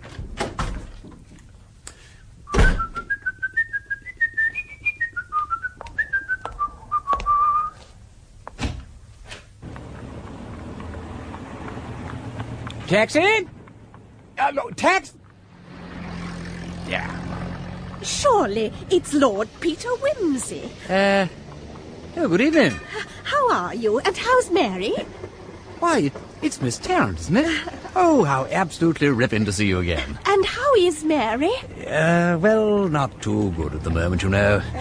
Naturally, very unhappy about all this murder business. She must be. I expect you've heard that we're... what the poor describe as being in trouble. Of course. And as a good socialist, I can't help rejoicing when a peer gets embroiled. And I mean, all this medieval ritual of being tried at the House of Lords makes the whole thing so ridiculous. And it is ridiculous, isn't it? But all the same, I'm very fond of Mary, and I can't help wishing it was someone else's brother. You were very good friends, weren't you? Oh, I adored her. So, as I say, I'm terribly sorry. And for you, too. I mean, you don't just sit around shooting animals, do you? I mean, you do work at investigating, don't you? I mean, you don't lead a completely useless life. Well, I try not to. So, I mean, well, that's all right, then. Good. Well, if you can prevail upon yourself to overlook the unfortunate misfortune of my birth and my other deficiencies, perhaps you would honour me by having a spot of dinner with me somewhere. I'd have loved to, but I promised to be at the club tonight. I mean, there's a meeting at 9. Mr. Coke, the Labour leader, you know. But if you'd like to come along there and dine, I mean, please do. Yes, why not? I have a guest at my flat, but I'm sure my man has rustled something up for his dinner. Was the pheasant satisfactory, Mr. Parker? Oh, delicious. Cheese? Ooh. The Stilton is at its best this evening. Oh, just a little, then. Some celery? Will you excuse me while I answer the door? Oh. It's Lady Mary, Mr. Parker. Lady Mary, what a surprise. Oh, good evening, Mr. Parker. Where's Peter? Oh, Scotland Yard. Well, you should have left by now. Will you take anything, Lady Mary? No. Mr. Parker? No, nothing more, Bunter. I'll bring some coffee later. Your coat, milady? No, it's all right, thank you, Bunter. Very well, milady. Can't you find Peter? What? He's doing something dreadful. He's all wrong, you see. I must tell him. Well, Oh, did anybody ever get into such trouble? No, try to... I said, well, sit down. No, you'll be ill if you cry like that. Have a glass of wine. Try and stop crying. You are crying, aren't you? I mean, it isn't hiccups, is it? And, I said, Bunter! Here, milady, sniff this. Bunter, how dare you? It's only Dr. Mackenzie's smelling salts.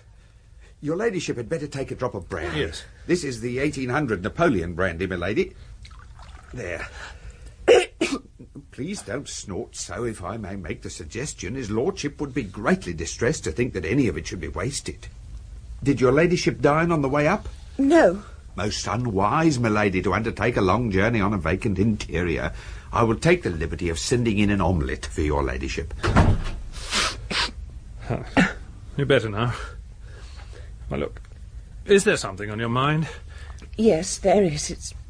It's awfully serious. Well, then, if you can honour me with your confidence... Well, I don't quite know whether... Well, tell me, how far have you got? What have you discovered? Oh, dear, I'm afraid I can't very well tell you that. I might accidentally do mischief to an innocent person. So there's someone you definitely suspect? Well, indefinitely would be a better word. But look, please do tell me anything you know. We may be suspecting a totally wrong person. I wouldn't be surprised. Oh, well, what do you want to know? Well, you were in Paris last February. Yes. Do you remember going with Captain Cathcart to a jeweller's in the Rue de la Paix and buying a tortoiseshell comb and a diamond and platinum cat with emerald eyes?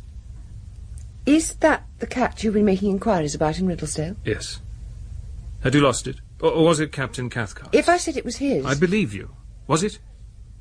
No, it was mine. When did you lose it? That night. Where? Wherever you found it. In the shrubbery. I didn't miss it until later. Why did you deny it was yours? I was afraid. And now? I'm going to speak the truth. I'm glad. I believe that at the inquest there were one or two points you didn't tell the truth about, weren't there? Yes. The shot you said you heard at 3 o'clock, was that true? No. But you did hear a shot? At 11:50.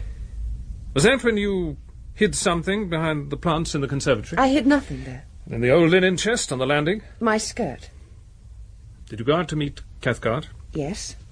Who was the other man? There was no other man. We saw his footmarks all the way up from the shrubbery to the He conservatory. must have been some tramp. I know nothing at all about him. We have proof that he was there. Of what he did, how he escaped. That man in the Burberry, Lady Mary, was the man who shot Cathcart. That's impossible. Why impossible?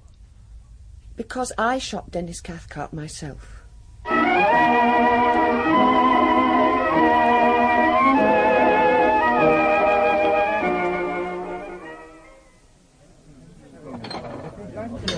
Here's the soup.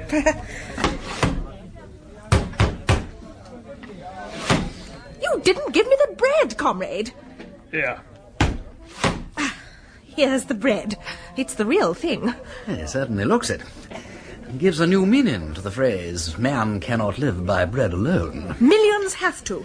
Ah, yes. I can understand it if one has to. Mary had the right ideas. I mean, worked so hard for the cause. She was secretary to the propaganda branch for 6 months.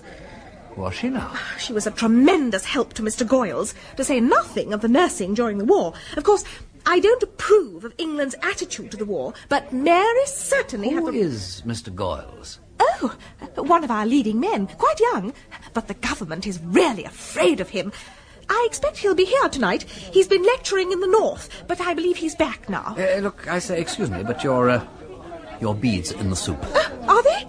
Perhaps they'll flavour it. I'm afraid the cooking isn't very good here, but the subscription is so small. I'm sorry, I shouldn't have interrupted you. You were telling me about Mr. Goyles. Oh, yes. Everybody thought she was going to marry him, but it seemed to fall through. I mean, she left town. Do you know about it? That was the fellow, was it? Yes, well, my people didn't altogether see it, you know.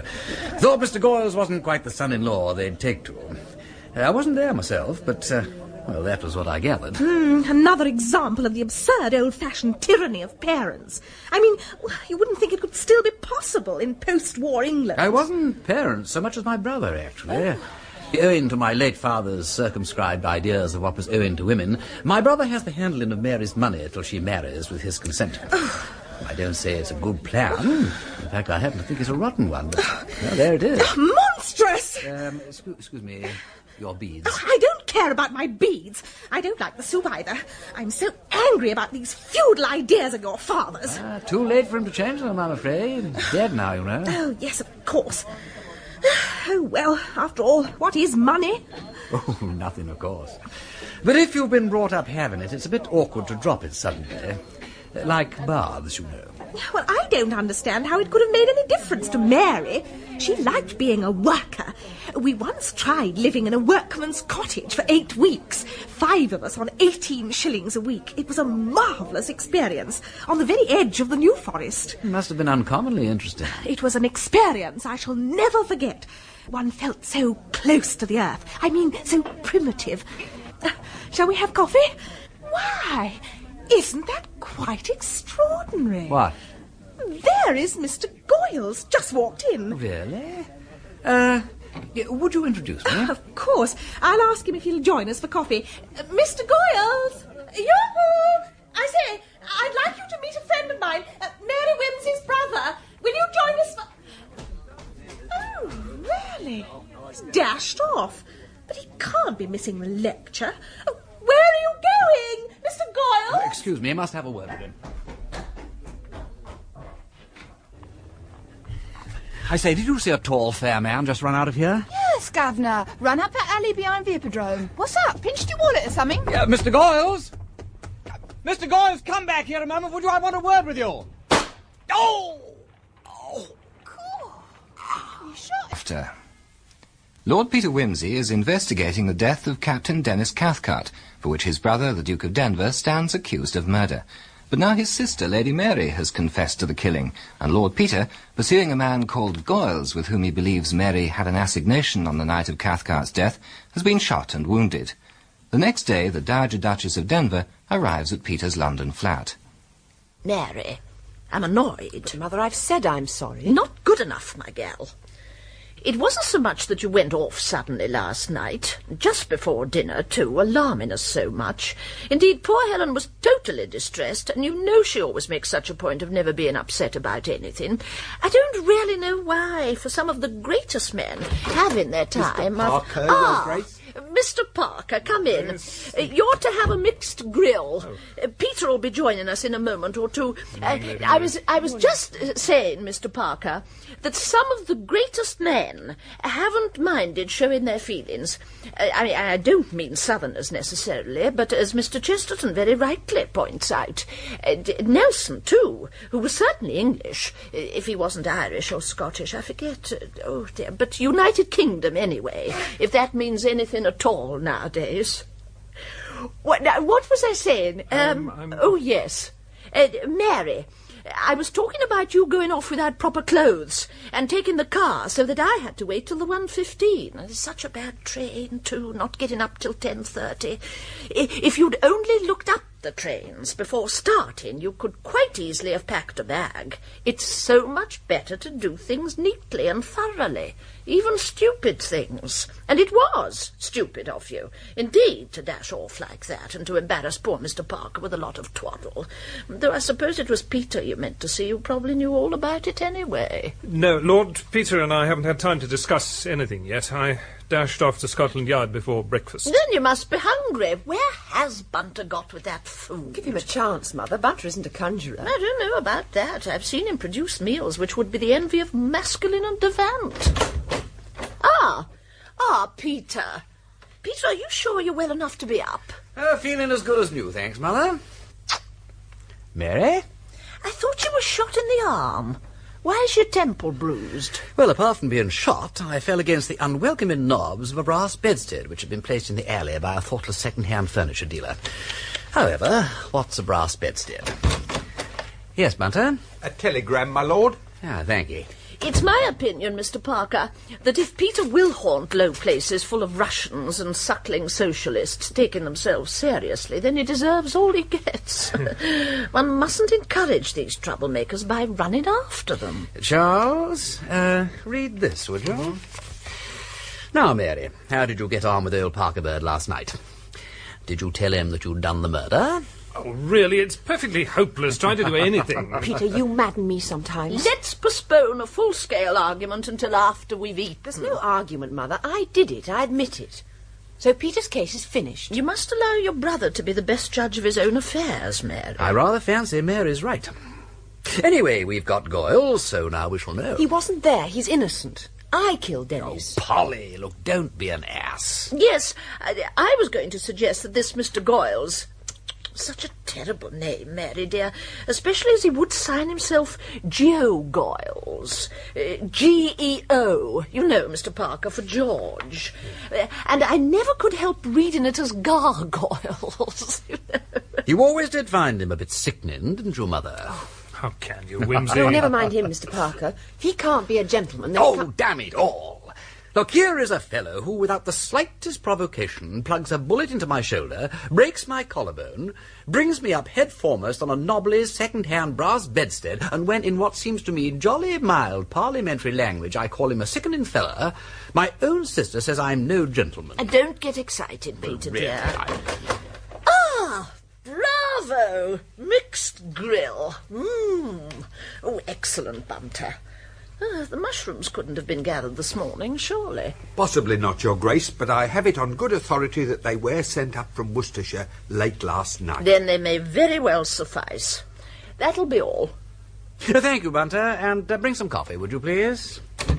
Peter, what made you say George did it? Did what? Shot you. I accidentally ran into him last night at your Soviet club. I asked to be introduced to him, but the minute he heard my name, he bolted. I rushed out after him, only meaning to have a word with him, when the idiot stopped at the corner of Newport Court, potted at me and bunked. Not a silly-ass thing to do. He couldn't help getting caught. Peter, George is just... Now, look here, Mary, old dear. Look, I did think of you, honest Injun, I did. I haven't had the man arrested. I've made no charge at all, have I, Charles? What did you tell him to do at the yard this morning? To detain Goyles pending inquiries, because he was wanted as a witness in the Riddlesdale case. He knows nothing about that. He wasn't there. Then why tell all those lies to screen him? It won't do, Mary, old thing. You're perjuring yourself and putting Gerald in peril of his life in order to shield from justice a man whom you suspect of murdering your lover and who has most certainly tried to murder me. Peter. What's the matter, Charles? You look unhappy. Oh, is it the mushrooms? All this interrogation is terribly irregular and... Well, never mind. Do you really think you're doing the right thing, Mary, old girl? Peter, Yes? I'll tell the truth. Good egg. I'm sorry. I know you like the fellow, and we appreciate your decision enormously. Truly we do. Now sail ahead, old thing. Take it all down, Charles, would you? Well, it all started years ago with George. You were at the front then, Peter, but I suppose they told you about it and put everything in the worst possible light. No, I wouldn't say that, dear. I think I told Peter that your brother and I were not altogether pleased with what we'd seen of the young man. But all I remember saying to Peter was that Mr. Goyles's manners seemed to me to lack polish, and that he showed a lack of independence in his opinions. A lack of independence? Well, dear, I thought so. What oft was thought and frequently much better expressed, as Pope says, or was it somebody else? Who's for the last kidney? Oh, Mother, please. Mr. Parker, you've hardly had a thing. No more, really. I've eaten enormously. Then I shall be greedy. Mary, you really cared about him, didn't you? I still do. I always shall, in spite of what anyone says. And Gerald was a beast. He said he'd stop my allowance if I didn't send George away. So I did, but of course it didn't make a bit of difference to the way we both felt. George went to Germany to study socialism, but nothing seemed any good. So when Dennis Cathcart turned up, I said I'd marry him. Why? He never sounded to me the kind of bloke for you. I mean, as far as I could make out, he was Tory and diplomatic. I shouldn't have thought you had an idea in common. Well, no, but then he didn't care tuppence whether I had any ideas or not. I made him promise he wouldn't bother me with diplomats and functions, and he said no, I could do as I liked, provided I didn't compromise him. And we were to live in Paris and go our own ways. Was Jerry all right about your money? Oh, yes, he said Dennis was no great catch, but after George, he could only thank his lucky stars it wasn't worse. Make a note of that, Charles, would you? Yes. Well, it seemed all right at first, but there was something a little alarming about Dennis. He was so very correct. Even when he went off the deep end and was passionate, which didn't often happen, he was correct about it. Extraordinary. It was like one of those odd French novels, you know, Peter. Frightfully hot stuff, but absolutely impersonal. Charles, old man. Yes? That is important. You realise the bearing on it, don't you? No. No. Oh, well, never mind. Drive on, Mary, would you? Aren't I making your head ache? Damnably, but I like it. Go on. Well, I'd been corresponding with George, and suddenly he wrote to me at the beginning of this month to say he'd got a job on the Thunderclap for £4 a week. Thunderclap? The Socialist Weekly. Yeah, of course, yeah. Silly and wouldn't I chuck these capitalists and come and be an honest working woman with him? He could get me a secretarial job on the paper. I was to type and to help him get his articles together.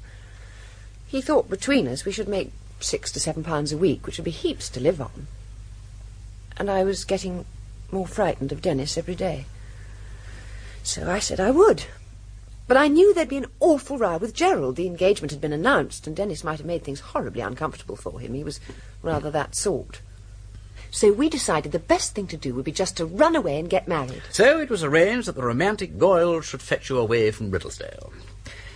Now, why Riddlesdale? And why the unearthly hour of 3 a.m.? George had a meeting on Wednesday night at Northallerton. He was going to come straight on and pick me up and run me down to town to be married by special licence. He had to be at the office next day. I see. Well, I'll go on now, and you stop me if I'm wrong. You went upstairs at 9:30 on Wednesday night. You packed a suitcase, then you went to bed, I fancy, or at any rate you turned the clothes back and lay down. Yes, I lay down.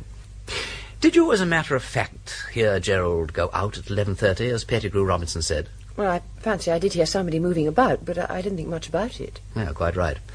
When I hear people moving about the house at night, I'm much too delicate-minded to think anything at all. May I clear, my lord? Yes, Bunter, and bring some more coffee, would you? Certainly, my lord. But first, your medicine. Yeah, all right. Must I? Be brave, my lord. Very well. Ugh. Frightful stuff. Well, to proceed. At 3 o'clock, you went down to meet Goyles. Now, why did he come all the way up to the house? Oh, I couldn't carry the heavy suitcase. And we wouldn't miss each other by the conservatory door. Was Goyles there when you got downstairs? No, I didn't see him, but there was poor Dennis's body and Gerald bending over it. My first idea was that Gerald had killed George. Oh, that's why I said, "Oh, God, you've killed him." And then Gerald turned him over, and I saw it was Dennis. And then I'm sure I heard something moving a long way off in the shrubbery, and it suddenly came over me, where was George? Oh, Peter, I saw everything then so clearly. I saw that Dennis must have come on George waiting there and attacked him. I'm sure Dennis must have attacked George. Probably thought he was a burglar. And in the struggle, George must have shot Dennis. Poor kid. I didn't know what to do. My one idea was that nobody must suspect George. I shoved my suitcase behind the cactus plants, and Jerry was taken up with the body, and he didn't notice. Well, you know Jerry never does notice things until you shove them under his nose. But I knew if there'd been a shot, Freddie and the Pettigrew Robinsons must have heard it.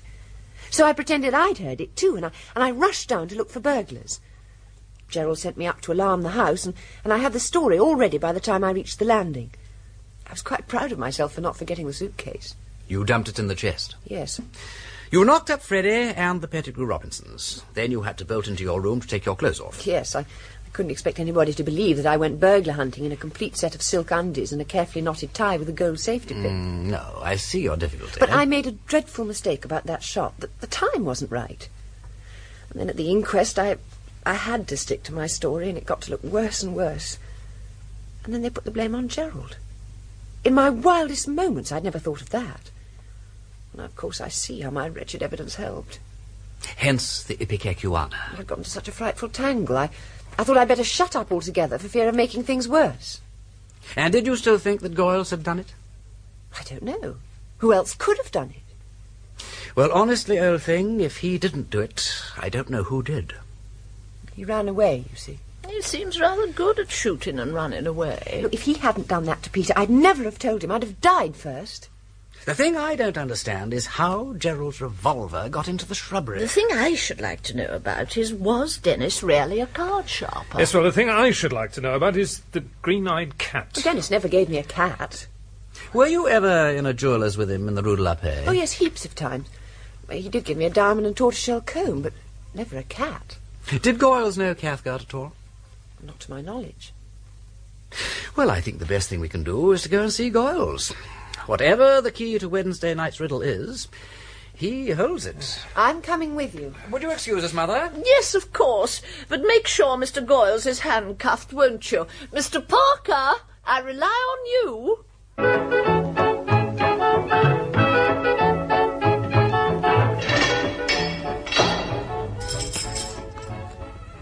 There. Now, although we are on police premises, Mr. Goyles, as you can see, no representative of the force is present. What about you? I am a solicitor. My name is Murbles. Your solicitor, Wimsey. My brother's. Oh, His Grace's solicitor. That's right, and this is a purely friendly and private interview. It's a threat. If I don't tell you, you'll have me arrested on suspicion of murder. Dear me, no, Mr. Goyles. We should merely place what information we possess in the hands of the police, who would then act as they thought fit. Why, anything in the nature of a threat would be highly irregular. Call it what you like, it's still a threat.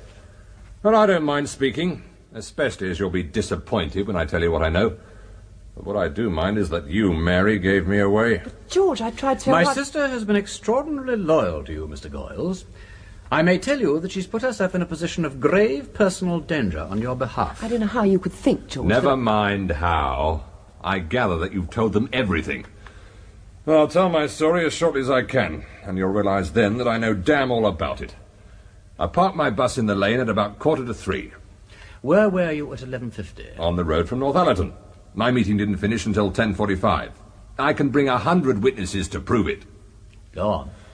I climbed over the wall and walked through the shrubbery. I came to the conservatory door and stumbled over something. I thought at first it might be Mary, ill or fainted. I half covered my torch and looked. I saw it was Cathcart, dead. You are sure he was dead? Stone dead. And what next? I heard someone coming up the path. I didn't fancy being seen standing near a corpse, so I cleared out. You left the girl that you were going to marry to make for herself the unpleasant discovery that there was a dead man in the garden and that her gallant wooer had made tracks? What did you expect her to do? I thought she'd keep quiet for her own sake. and I didn't want to be found in what were definitely suspicious circumstances. And so ran away in a foolish and cowardly manner. You needn't put it that way. I was in a very awkward situation. And if you'd hit me on the head last night instead of grazing my arm, you'd have been in another very awkward situation. If you're so frightened of being with a dead body, why go about shooting people? Why carry firearms? Here is poor little Mary, half killing herself because she was sure you wouldn't have run away unless you really had something to run away from. It sneers of men like you that does more to breed hatred between class and class I'm going than to it... call Mr. Parker. No, never mind that now. You've managed to put yourself in a very awkward position, young man. Mr. Parker. Will you kindly have Mr. Goyles kept under observation? We make no charge against him, but he must not attempt to abscond before the Riddlesdale case comes up for trial. You won't, Mr. Myrtles. One moment, Mr. Goyles. Here is the ring you gave me. Goodbye. When next you make a public speech calling for decisive action, I'll come and applaud it. But otherwise, I think we'd better not meet again. Oh, of course. Your people have forced me into this position, and you turn round and sneer at me too. I didn't mind thinking you were a murderer, but I do mind your being such an ass. You're speaking from a privileged position, and Take your hands off me, Splendid fellow, Parker. Yes. Mr. Goyles is in good hands. Now, I'd like you and Lady Mary to come to lunch with me at my chambers. Excellent idea. Sir Impey Biggs will be there.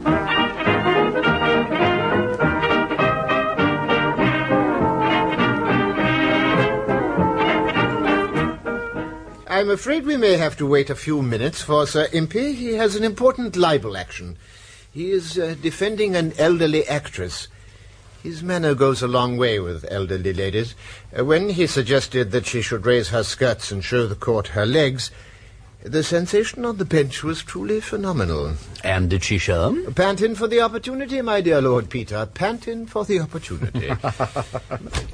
I'm extremely sorry, Myrtles. I did my best to hurry things along, but poor old Dowson is getting as deaf as a post. And how are you, Wimsey? You look as though you've been on the wars. Can we bring an action for assault against anybody? Oh, much better than that. Attempted murder, if you please. Excellent. But first things first. You haven't introduced me to your sister. No, she wasn't well when you came to stay at Riddlesdale. I trust you're fully recovered. Entirely, thank you. I've heard so much about you, Sir Impey. If what you've heard was good, then I shall try to live up to it. But if it was bad, then I shall attempt to live it down. Well, we hope very much that you're interested in our case. I am, dear lady, immensely. But nothing but that excellent saddle of mutton has the smallest attraction for me just now. Forgive my greed. Then let us make a start. I'm afraid I'm too old-fashioned to have adopted the modern practice of cocktail drinking. Quite right. Ruins the palate and the digestion, too. Moreover, it is un-English. Came from America.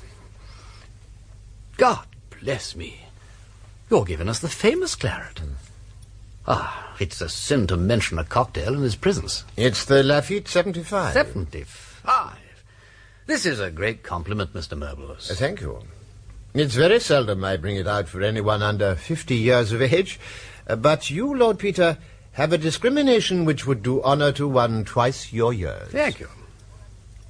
All right, Simpson, we'll wait on ourselves. Circulate the bottle, Sir Impey. May I, Lady Mary? Thank you.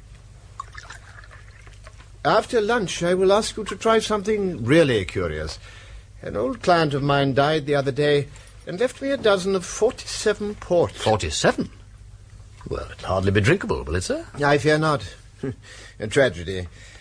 However, I feel that some sort of homage should be paid to so notable an antiquity. Well, it would be something to be able to say one had tasted it. That's what I thought.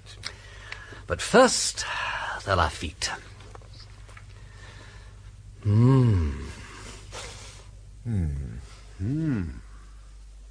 Yes, an excellent lunch, Myrtles.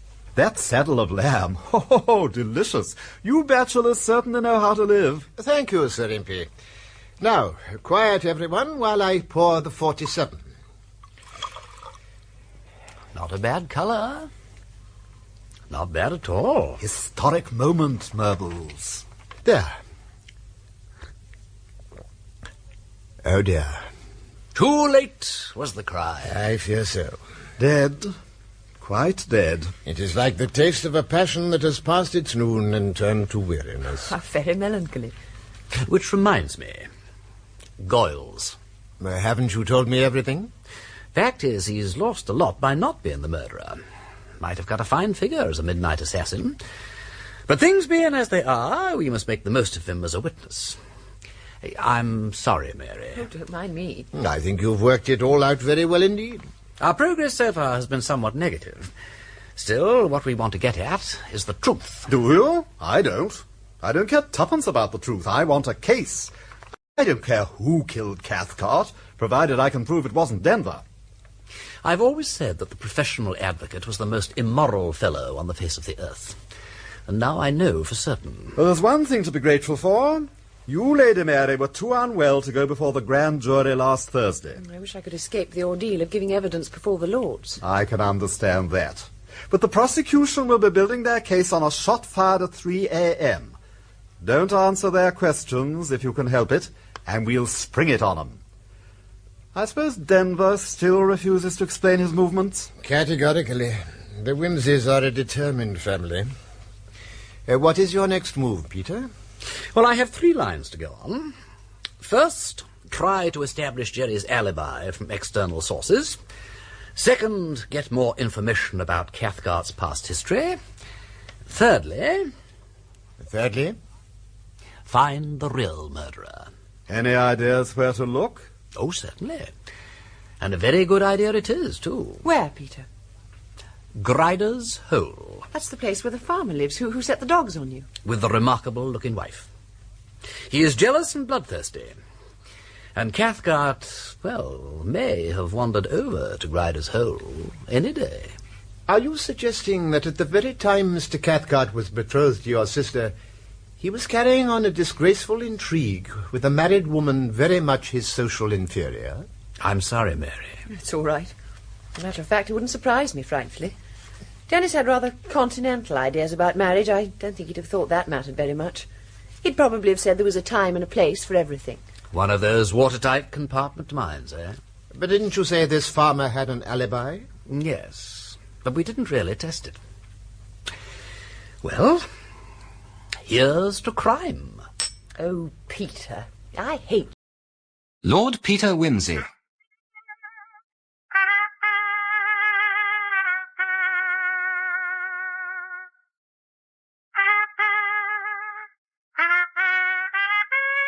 Starring Ian Carmichael as Lord Peter and Peter Jones as Bunter, with James Villiers as the Duke of Denver.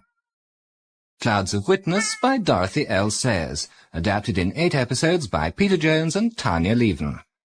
Episode 6, In a Fog.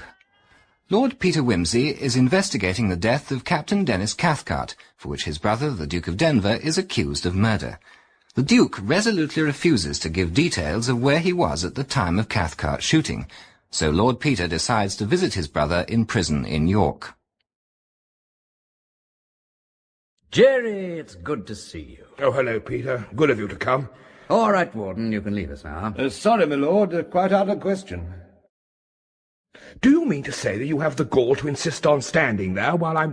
The Warden's been very good about me coming to see you, Jerry, old fellow. Well, I'm glad to see you're keeping your tail up.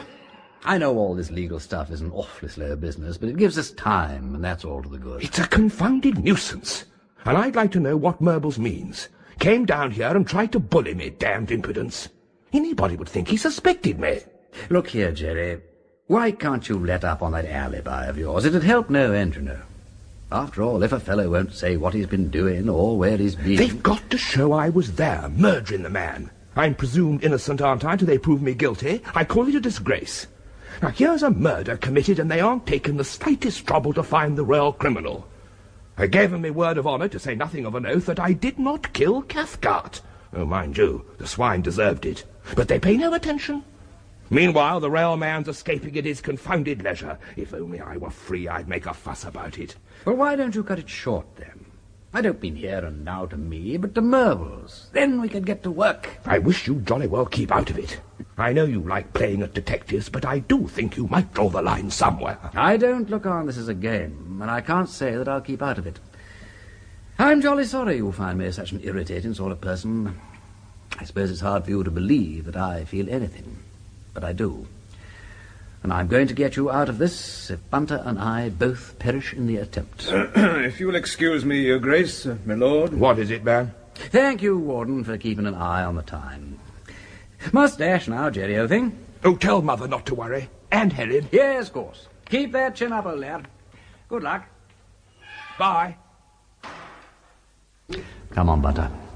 Our next stop is going to be Stapley. There's no train, my lord. I know that, Bunter. We shall go first to Riddlesdale and change.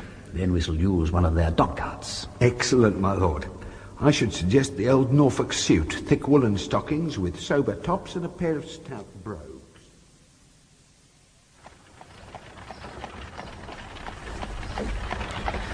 You know, I rather wish I'd brought my sword stick. It has a very useful compass in its head. I know, my lord, but it's Malacca and too expensive looking. This stout ash plant looks more the part. The ordinary walk-in enthusiast, right? Anonymous. Discreet. Quite. Well, let's try the bridge and bottle first, shall we? I understand mine host there is about as surly as they come. Is that commendable, my lord? No, but Grimethorpe would probably prefer an unfriendly landlord. Bleak-looking hostelry, certainly. Yes, Bunter, I am convinced that this is indeed Farmer Grimethorpe's usual port of call. Let's try the bar, shall we? Morning, landlord. I have heard that you serve perfectly splendid ale in your saloon bar. We thought we might try a couple of tankards of the stuff. Oh, aye. Aye. Oh. Aye. Shall we wait for you, or have your barmaid? Barmaid, my lord. In the corner, cooking the books. Ah, yes. That's all right. Miss, 2 half pints of ale, please. I say, that looks good. I was told to come here for really good beer, and by Jove, it looks as though I've come to the right place. By the way, is Mr. Grimethorpe here today? How'd I know? Well, I fancy he'd be the man to go where the best beer is. Aye? He comes in on market days, I expect. I know naught about him. Oh, well, it's a longish way from Grider's Hole. One can put up for the night here, I suppose. Dost thou want to stay night? Well, no, I don't think so. I was thinking about my friend, Mr. Grimethorpe. I dare say he often has to stay the night. Happen he does.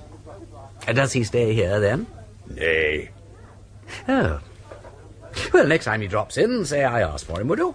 And who might that be? Mr. Brooks from Sheffield. Good morning. Mr. Bunter? Mr. Brooks? Ready? Just coming. Goodbye, all. Was that girl at all forthcoming? Forthcoming, my lord, but unhappily ill-informed. Mr. Grimethorpe does not stay here. She's sometimes seen him in the company of a man called Zedekiah Bone. Well, suppose you go and look for Bone and report progress in an hour's time. I'll try the Rose and Crown.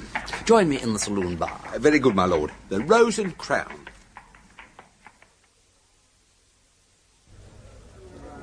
And what can I do for you, sir? Ah, familiar cadences. And when did you last see Piccadilly Circus? Oh, getting on for 35 years, I reckon, sir.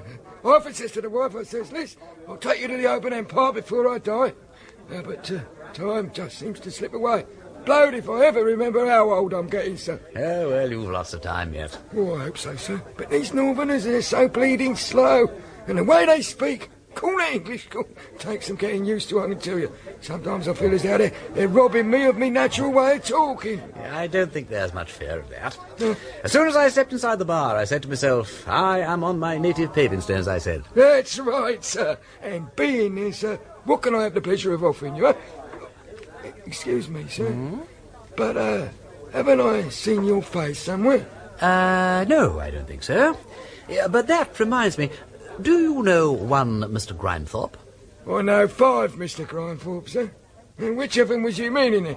Mr. Grimethorpe of Grider's Hole. Friend of yours, sir? Not exactly. An acquaintance. There now. I know as I know your face. Now, don't you live over at Riddlesdale, sir? I'm staying there. I know that. That's it, of course. Here it is on the front page. The Riddlesdale mystery. A lifelike snapshot of you, sir. Lord Peter Wimsey, the Sherlock Holmes of the West End, who is devoting all his time to proving the innocence of his brother, the Duke of Denver. And to think you're standing here right in front of me, face to face. Look here, I think. Look. Do you mind not talking quite so loud?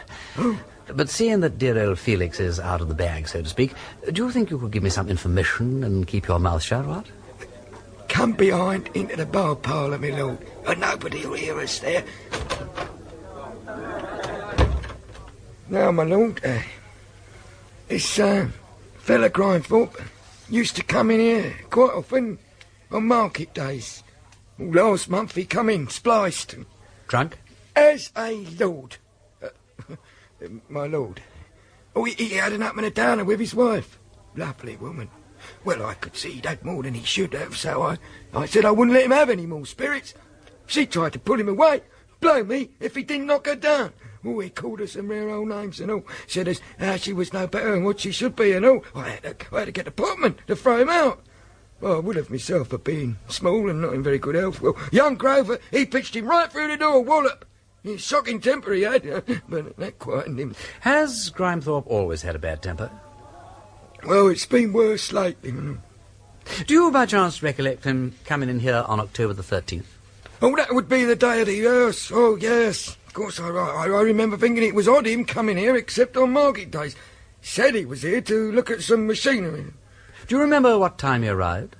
And I fancy he was here to lunch. And then he come back later. He took a room for the night. You're sure that wasn't Thursday night? Oh, yes, I am. I remember hearing about the murder on a Thursday morning and then telling Mr. Grindthorpe about it when he settled up. What time did he come in and go to bed? About 2 in the morning.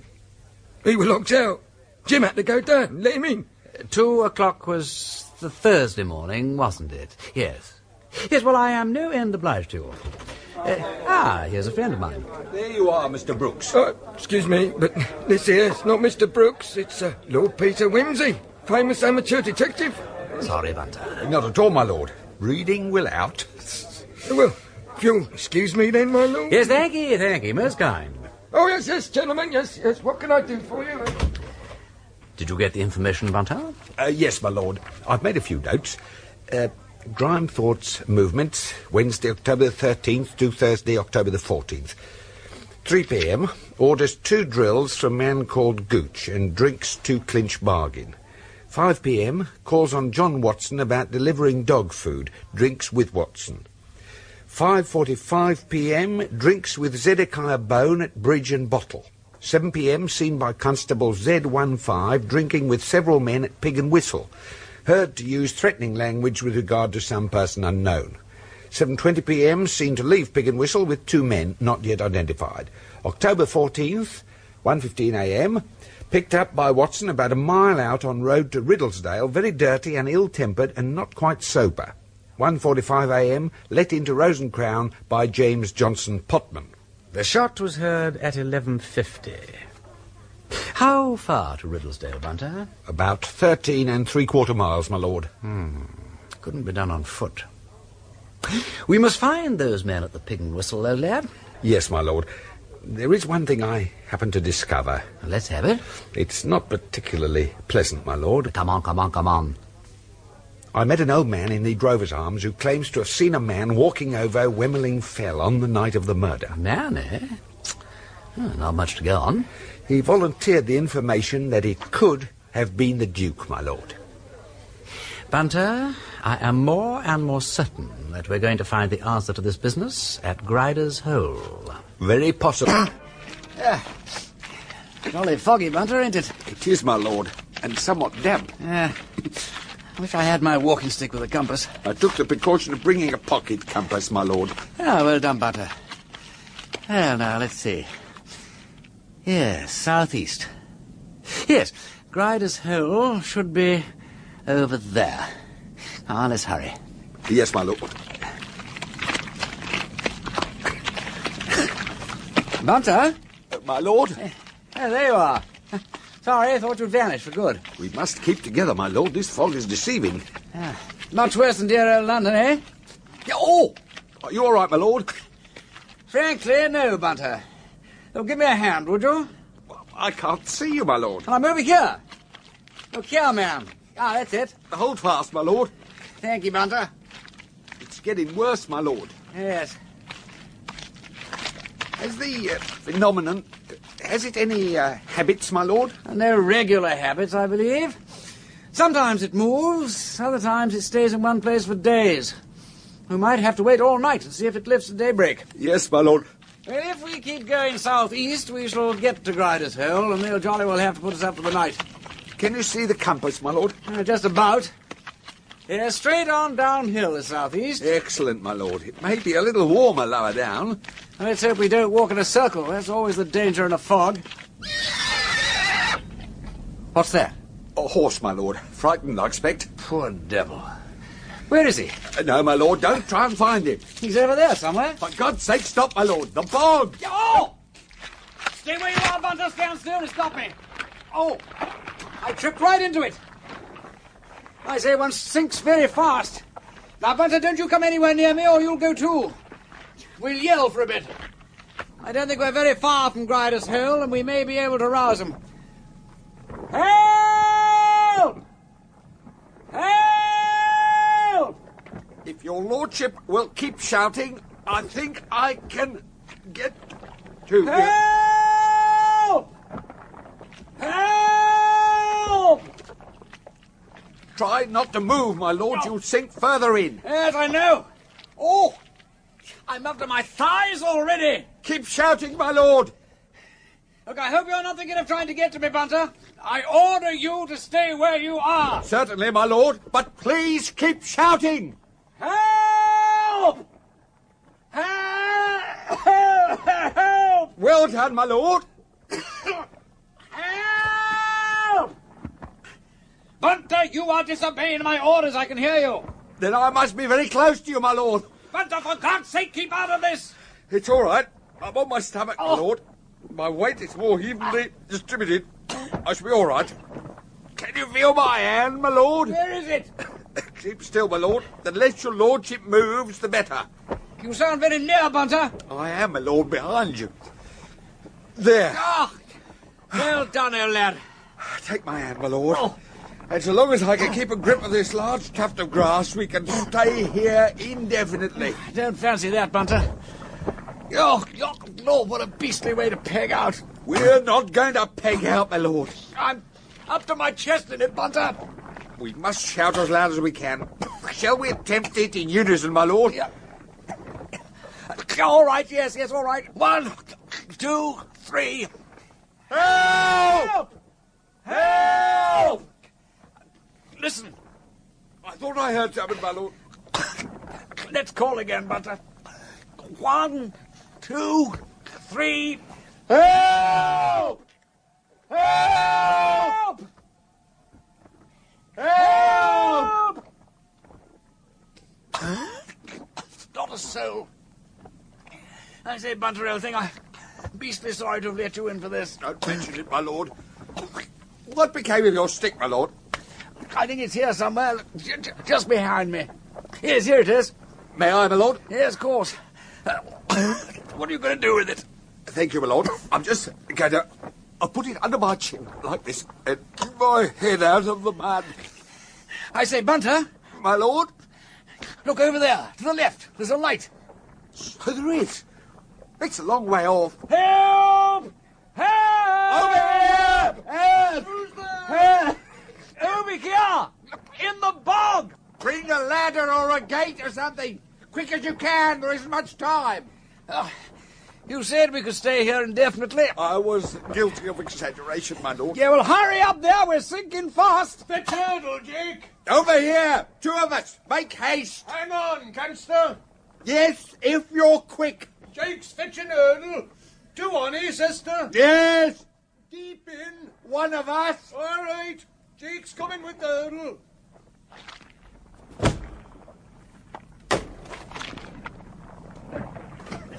Stankel. Yes. Where's t'other man? Yeah. Nearly up to his neck. Have you a rope? Jake, a rope. That's all. Now, come back and heave. I can't. Come. Oh, God. Oh. Oh. It's like trying to heave the earth out of her course. Oh! Afraid I'm rooted to Australia, Bunter. Sorry, my lord. Sorry. He's coming. Oh! Oh! Oh! Oh, what a beastly place. Oh, apologise. Stupid of me to have forgotten. Well, there's lucky. There'll be few folks has come out of Peter's pot dead or alive, I reckon. I nearly potted Peter that time. My lord, he's out. Lay him on turtle. We'll take him to farm.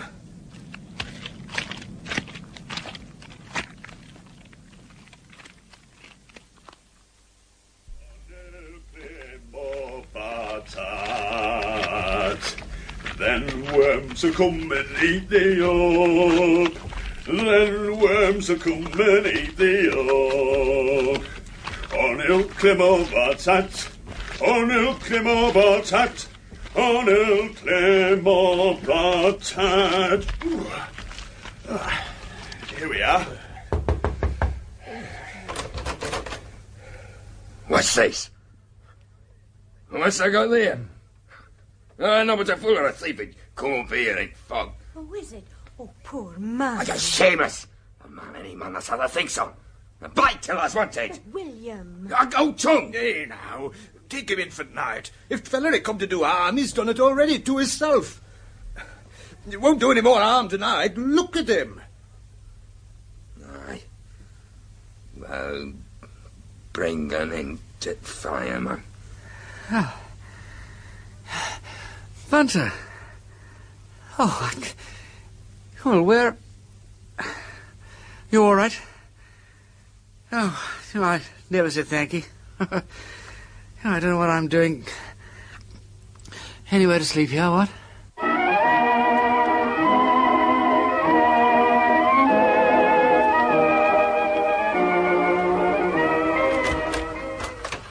Morning, Bunter. Good morning, my lord. I trust your lordship has rested? Feel as fit as a fiddle, thanks. Come to think of it, why fiddle? Except for a general feeling of having been massaged by some fellow with cast-iron fingers and knobbly joints. How about you? The arms are a trifle fatigued, thank you, my lord. Otherwise, I'm happy to say I feel no trace of the misadventure. They must be jolly well dragged out of their sockets holding me up all that ghastly long time.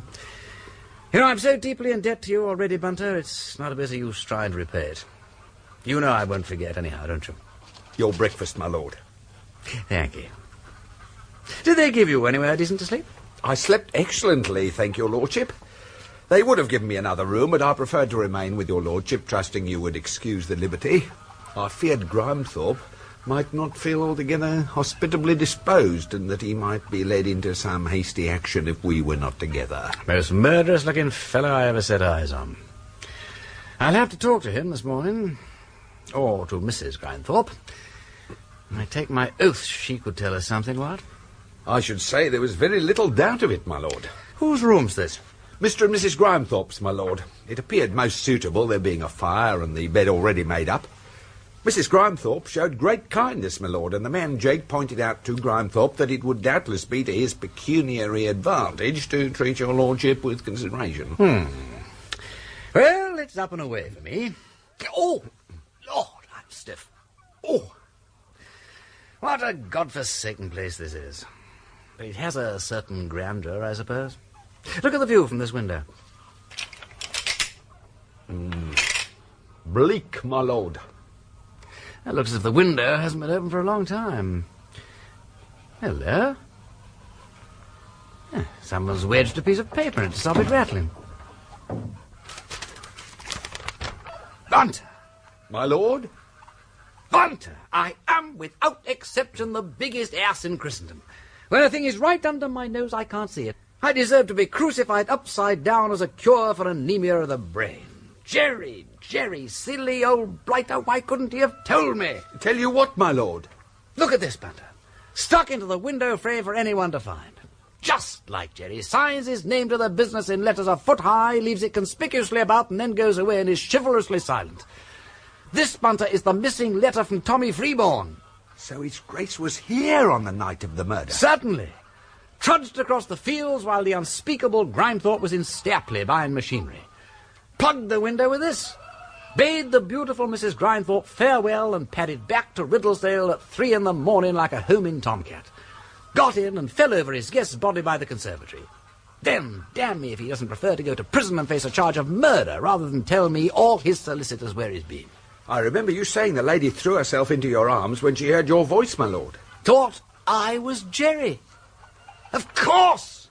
Yes, I remember that myself. Can't exactly blame my brother for falling victim to her charms. Look, my lord, it's Grimethorpe. Where do you suppose he's going, Bunter? Some distance, or he wouldn't take the horse, my lord. Get that shaving water, Bunter. I'm going to see Mrs. Grimethorpe. Very good, my lord. Not quite the gentlemanly thing to do, but I feel I owe it to Jerry. After all, Bunter, a peer of the realm has been executed about every 60 years for several centuries. And the last one was over 50 years ago.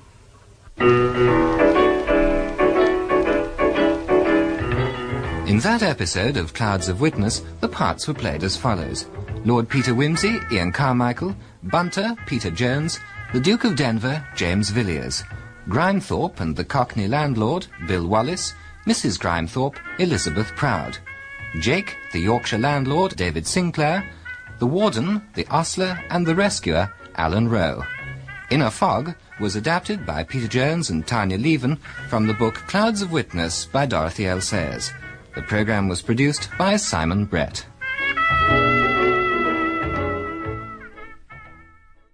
Falls. Lord Peter's investigations into the death of Dennis Cathcart have led him to Grider's Hole, the farm of Mr. and Mrs. Grimethorpe. After nearly losing his life in the swamp behind the farm, Lord Peter finds inside the house a clue which provides an alibi for his brother, the Duke of Denver, who is shortly to stand trial for Cathcart's murder. Excuse me. Mrs. Grimethorpe. Oh, good morning. Are you better? Oh, perfectly all right, thank you. Thanks to your kindness, which I don't know how to repay. You will repay any kindness best by going at once. My husband does not care for strangers. Yeah, well, I will go directly, but I must first beg for the favour of a word with you. What do you want with me? Mrs. Grimethorpe, I am placed in a most painful position. You know that my brother, the Duke of Denver, is in prison awaiting his trial for a murder which took place on the night of October the 13th. I have heard so. He has refused to state where he was between 11 and 3 o'clock on that night. His refusal has brought him into great danger of his life. He feels bound in honour not to disclose his whereabouts, though I know that if he chose to speak, he could bring a witness to clear him. Why are you telling me all this?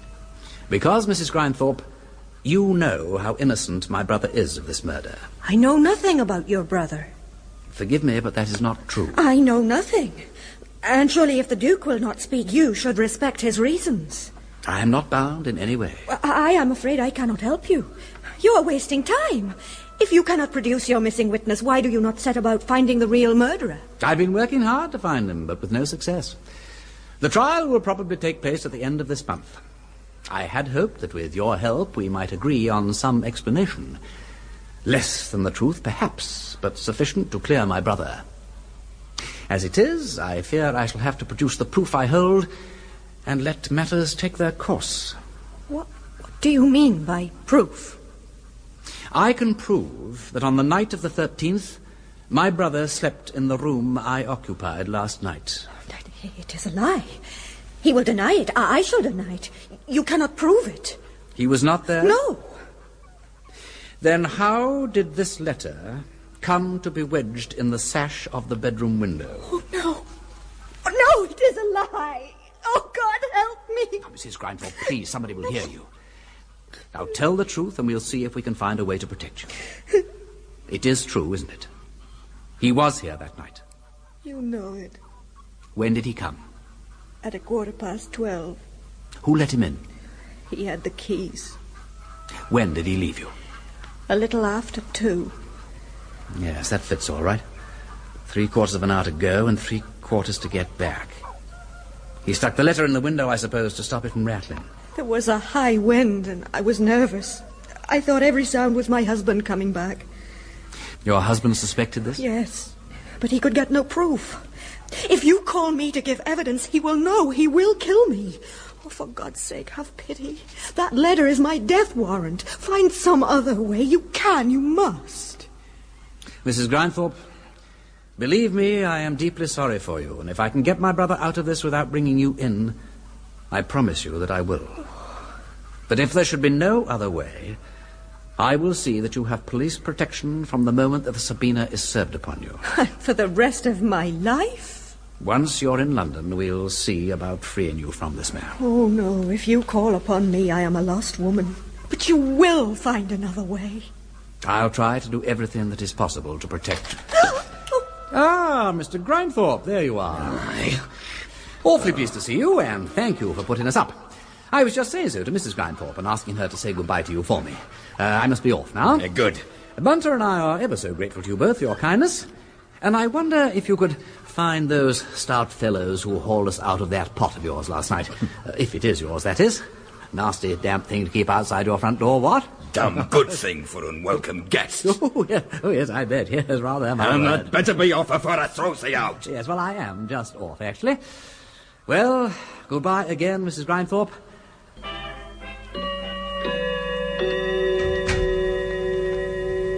Bunter, I'd like you to bring us some of the 97 Armagnac.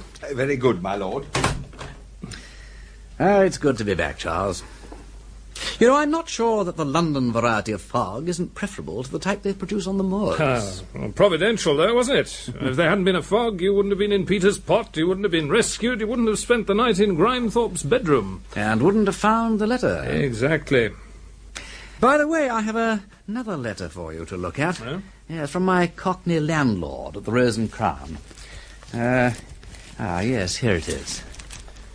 Yeah, my lord, about our conversation. I found a man who was with Grindthorpe, the party in question, at the Pig and Whistle on the night of the 13th out, and he tells me that he and the party had been drinking together until closing time, and the party borrowed his bicycle. Same was found afterwards in the ditch where party was picked up. Oh. What do you think of that? Well, that's good enough to get on with. Yes, that means we can eliminate Grindthorpe as well as Mary. Yes. And though she's my sister, I must say that of all the blithering she-asses, Mary is the blitherinest. I mean, taking up with that awful bounder Goyles to start with. Oh, she was jolly fine about it. It's really? just because she's your sister you can't appreciate what a fine thing she did. How could a big, chivalrous nature like hers see through a man like that? She's so sincere and thorough herself, she judges everyone by the same standards.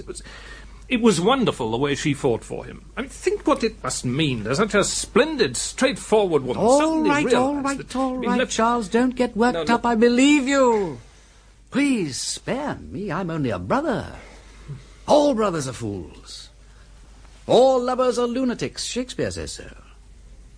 Do you want Mary, old man? Oh, well. You surprise me. But I believe brothers are always surprised. Bless you, my dear children. Damn it all, Wimsey, you've no right to talk like that. I only said how greatly I admired your sister. There's no need to be insulting. I know she's Lady Mary Wimsey. I'm only a common police official with nothing a year and a pension to look forward to, but there's no need to sneer about it. I'm not sneering, Charles. I can't imagine why anybody should want to marry my sister, but you're a friend of mine and a damn good sort. And you've my good word for what it's worth. Thank you, Peter. No, I'm sorry I got a bit... don't mention it, Charles. The 97 Armagnac, my lord. Well done, Bunter.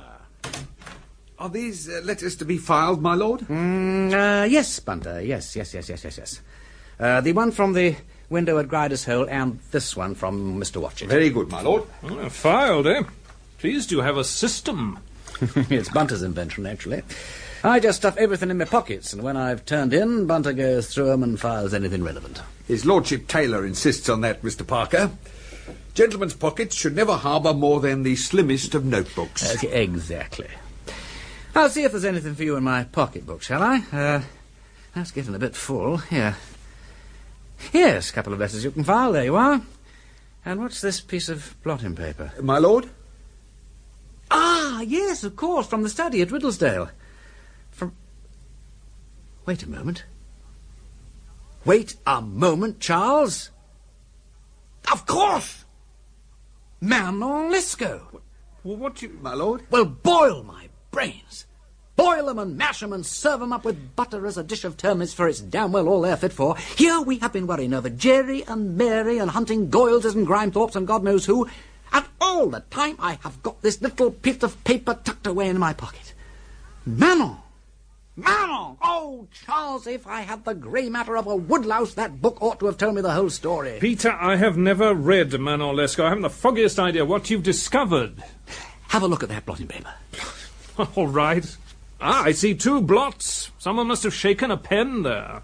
And that's all, except a fragment consisting of OE on one line and is FOU below it. What do you make of that? Well, it could be his found, or his foul. What would the Duke been writing about Cathcart's foul play? No, I don't make that of it. Besides, I don't think it's Jerry's writing.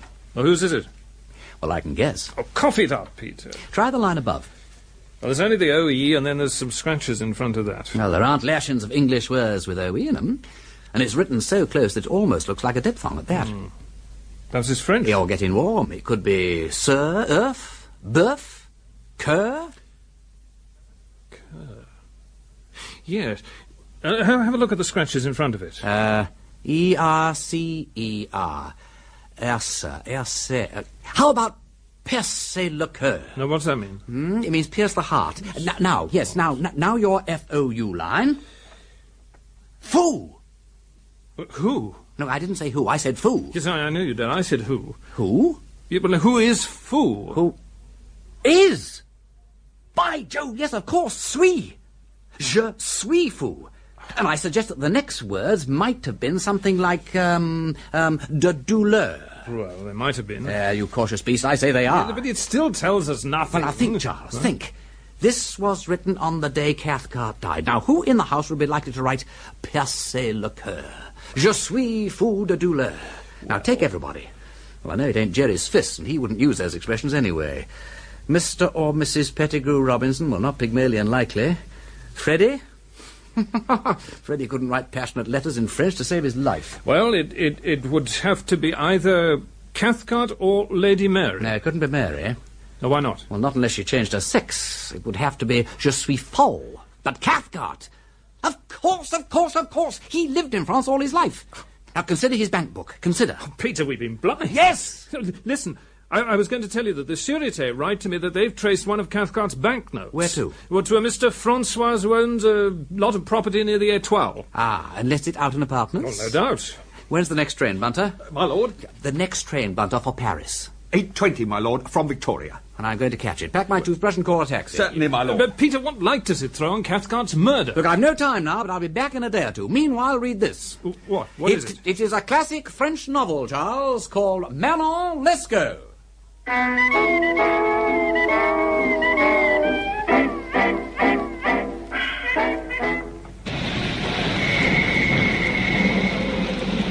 Welcome back, my lord. I'm afraid the newspapers are making a meal of the forthcoming trial, my lord. Never mind that, Bunter. Get 2 taxis. 2, my lord? 1 for you. You are going to the temple, and I am going to the American Embassy. Very good, my lord. But I assumed I should accompany you to the American Embassy. I only want a visa, Bunter. Surely I can get a simple thing like that on my own. I hope so, my lord. So do I. I've got to get over to New York and be back in time for the trial. Will you catch the Aquitania from Liverpool tonight, my lord? Yes, Bunter. And if these Americans don't jump to it, then I shall really show them how an Englishman can get things moving. I'd like to be there to witness the spectacle, my lord. Taxi! Yeah, look, I'll take this one, Bunter. There's another one behind. Give Murbles my regards. Buckingham Palace and fast. I must apologise to your Majesty and your Excellency for bursting in, but I'm sure it can be done. Oh, yes. Of course it can be done. Surely, we mustn't have any delay. It might cause an international misunderstanding and a lot of paragraphs about Ellis Island. Terrible nuisance. Have to adjourn the trial. Dreadful fuss, isn't it? Our secretaries are everlastingly bringing things along to our place to sign about extra policemen and seating accommodation. Good luck to you, Wimsey. When does your boat go? Tomorrow morning, early, sir. I'm catching the Liverpool train in an hour, if I can. You surely will. Here, I've signed the visa. Thank you, Your Excellency. Your Majesty, if you would excuse me. Certainly, Wimsey. Remember me to your mother. I will. She'll be delighted, sir. And they say the English can't hustle.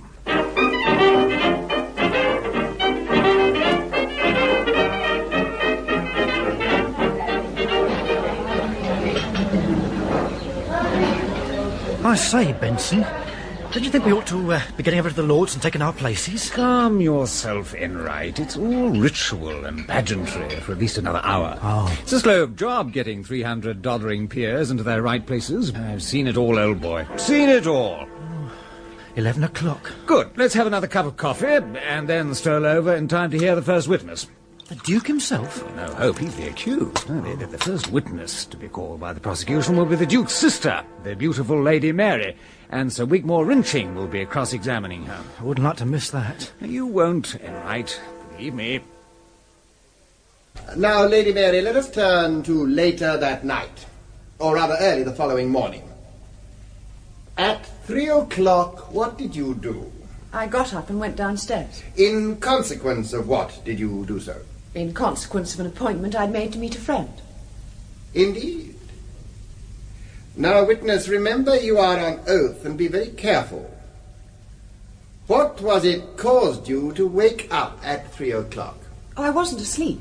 I was waiting for my appointment. And while you were waiting, did you hear anything? Nothing at all. Now, Lady Mary, I have here your deposition sworn before the coroner. I will read it to you.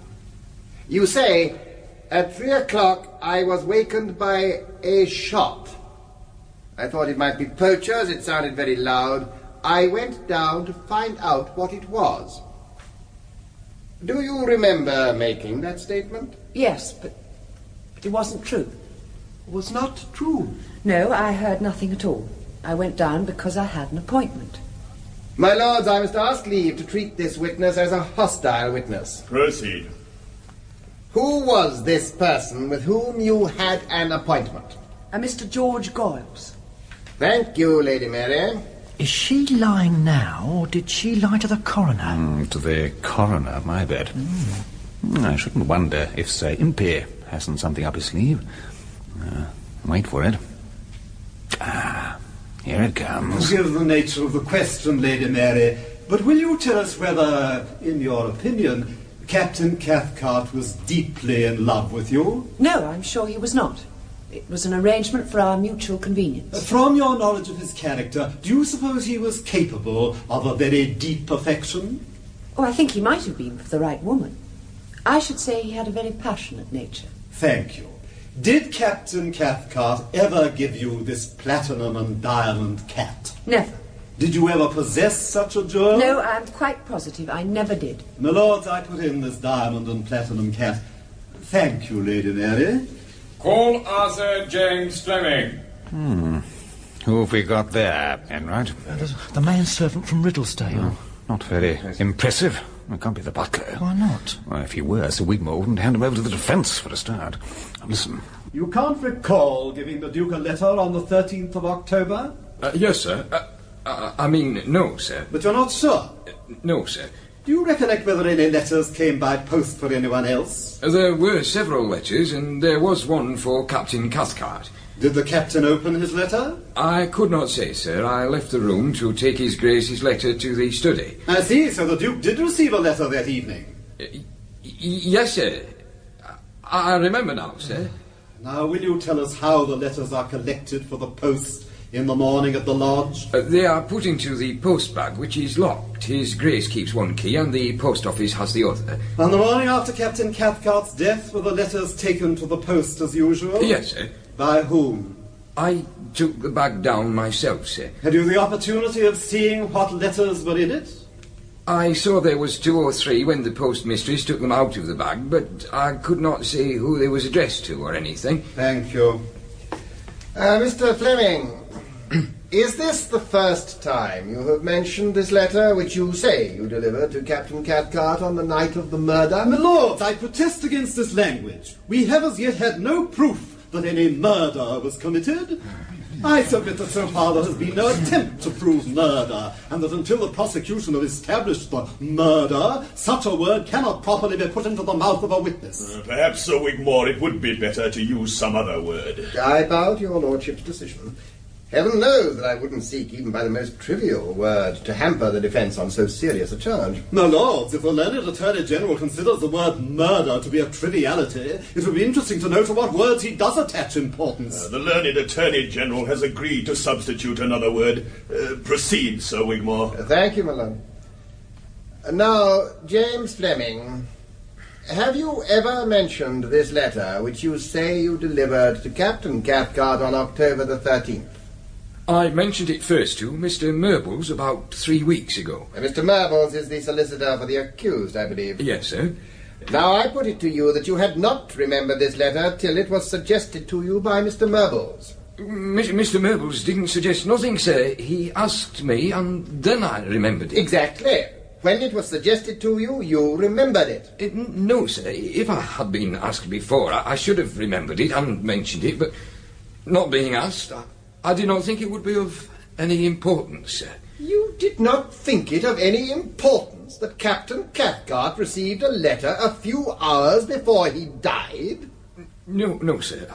I reckoned if it had been of any importance, the police would have asked about it, sir. And it didn't occur to you that you should mention it to the police? No, sir. Why not? I didn't think it was my place, sir. Did you think about it at all? No, sir. Do you ever think? No, sir.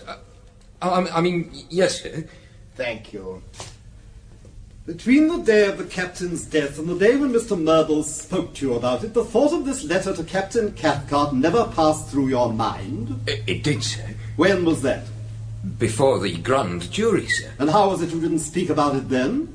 The gentleman said I was to confine myself to the questions and not say nothing on my own, sir. Who was this very peremptory gentleman? The lawyer for the Crown, sir. Thank you. Call the Honourable Frederick Arbuthnot. Now, Mr. Arbuthnot, would you say that the deceased was merry and lively when he went to bed, and looking forward to his marriage in the near future? Oh, yes. He seemed particularly cheerio, you know. Thank you, Mr. Arbuthnot. Do you recollect anything about the letters that were brought in on the night of the death? Yes. I had one from my aunt, and Mr. Pettigrew Robinson had some, and there was one for Cathcart. Did Captain Cathcart read his letter there and then? No, I'm sure he didn't. Thank you, Mr. Arbuthnot. Now, Dr. Thorpe, would you say that the wound could have been self-inflicted? It could, certainly. Would it have been instantly fatal? No. From the amount of blood I found upon the path, it was obviously not immediately fatal. Could the deceased have had sufficient strength, in your opinion, to have crawled towards the house after shooting himself in the chest? He may have done. Are the appearances consistent with his having lived for some hours after being wounded? They strongly suggest it. Thank you, Dr. Thorpe. Now, Dr. Thorpe, could you say whether, in your experience, it is more usual for a person committing suicide to shoot himself in the chest or in the head? In the head is perhaps more usual. So much as to create a presumption of murder when the wound is in the chest? Well, I would not go so far as to say that. Thank you, Dr. Thorpe. My lords, I find myself in a more than usually anxious position. Not that I have any doubt of your lordship's verdict, but I will explain to your lordships why I may be obliged to ask for an adjournment. We are at present without an important witness and a decisive piece of evidence. My lords, I have just been handed a cablegram from this witness. I will tell you his name. It is Lord Peter Wimsey, the brother of the accused. It was handed in yesterday at New York. I will read it to you. Effect to secure evidence tonight. Should arrive Croydon by aeroplane on Thursday. Stop. Sworn copy and depositions will follow by SS Lucania in case of accident. My lords, in spite of the wintry weather, Lord Peter Wimsey at this very moment may be cleaving the air high above the wide Atlantic to reach London before I rise to open for my noble client's defence. My lords, the barometer is falling.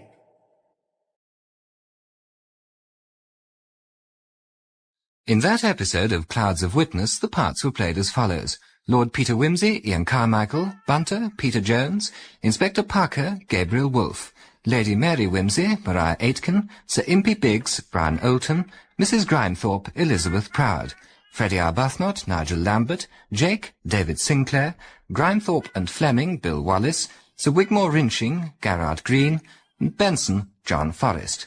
The Barometer Falls was adapted by Peter Jones and Tanya Leven from the book Clouds of Witness by Dorothy L. Sayers. The programme was produced by Simon Brett.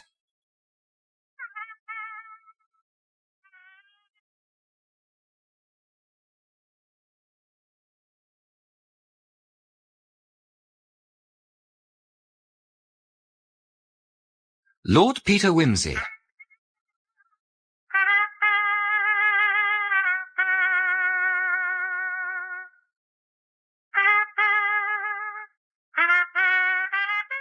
Starring Ian Carmichael as Lord Peter and Peter Jones as Bunter, with James Villiers as the Duke of Denver. Clouds of Witness by Dorothy L. Sayers, adapted in 8 episodes by Peter Jones and Tanya Leven. Episode 8, The Speech for the Defence. Lord Peter Wimsey's brother, the Duke of Denver, is being tried in the House of Lords for the murder of Dennis Cathcart. Lord Peter, convinced of his brother's innocence, now thinks he can prove it, and with time running out, has rushed over to New York to continue his investigations.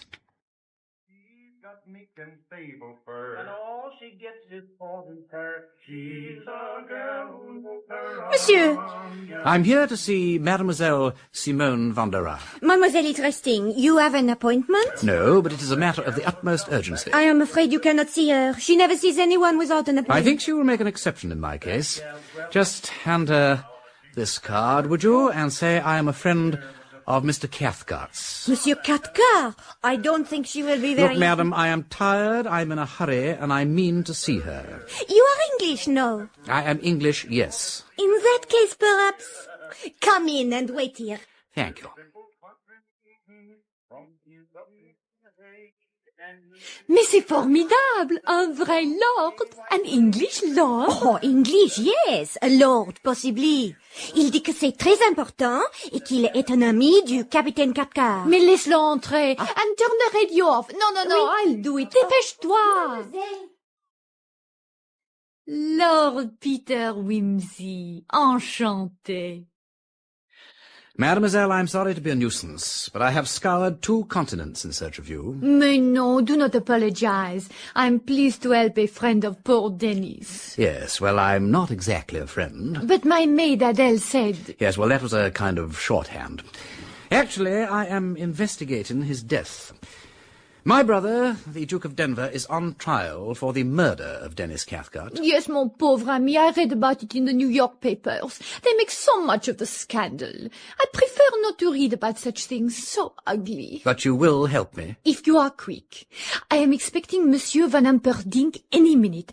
And if he finds you here, you understand? Seems incredible to me that someone with your sophistication, your style, your...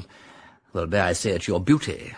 should ever dine or dance with a person called Van Humperdinck. Monsieur Van Humperdinck is very rich. I'm a person who needs expensive things. It's not that I'm extravagant, you understand. It's just that some people need these things and some do not. I do. I must think of my old age. And I must think of my brother's. Otherwise, he may not have one.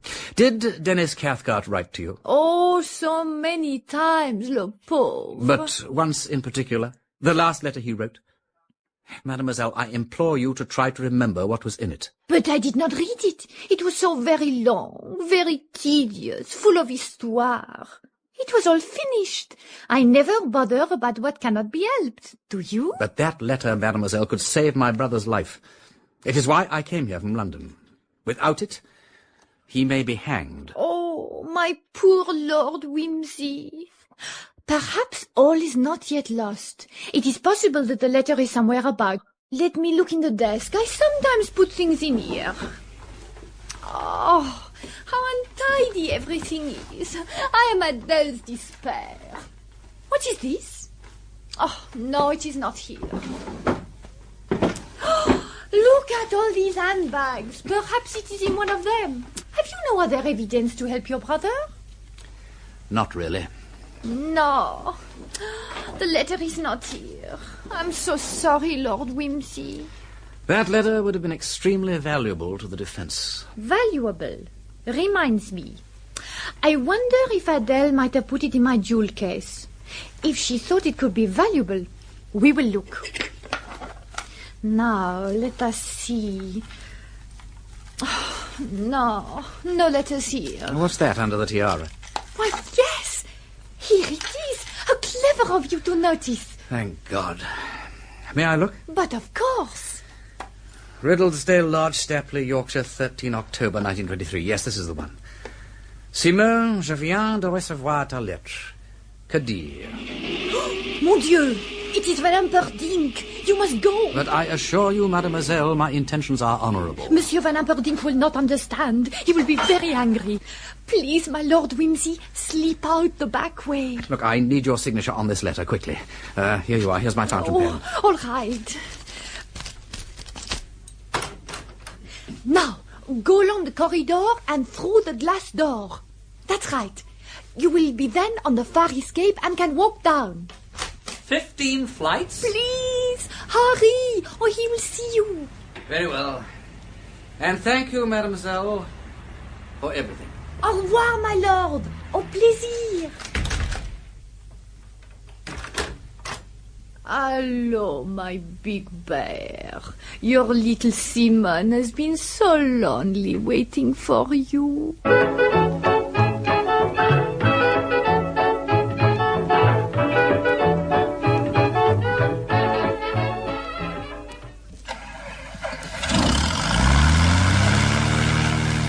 That's it, Wimsey. We're on our way. Looks to be rather a dirty night. Oh, we'll soon be through this and way over the clouds. Thank God we've got a following wind. Does that help? It helps the gasoline situation. Here, put on these goggles and button down your ear flaps. And hold tight. England, here we come!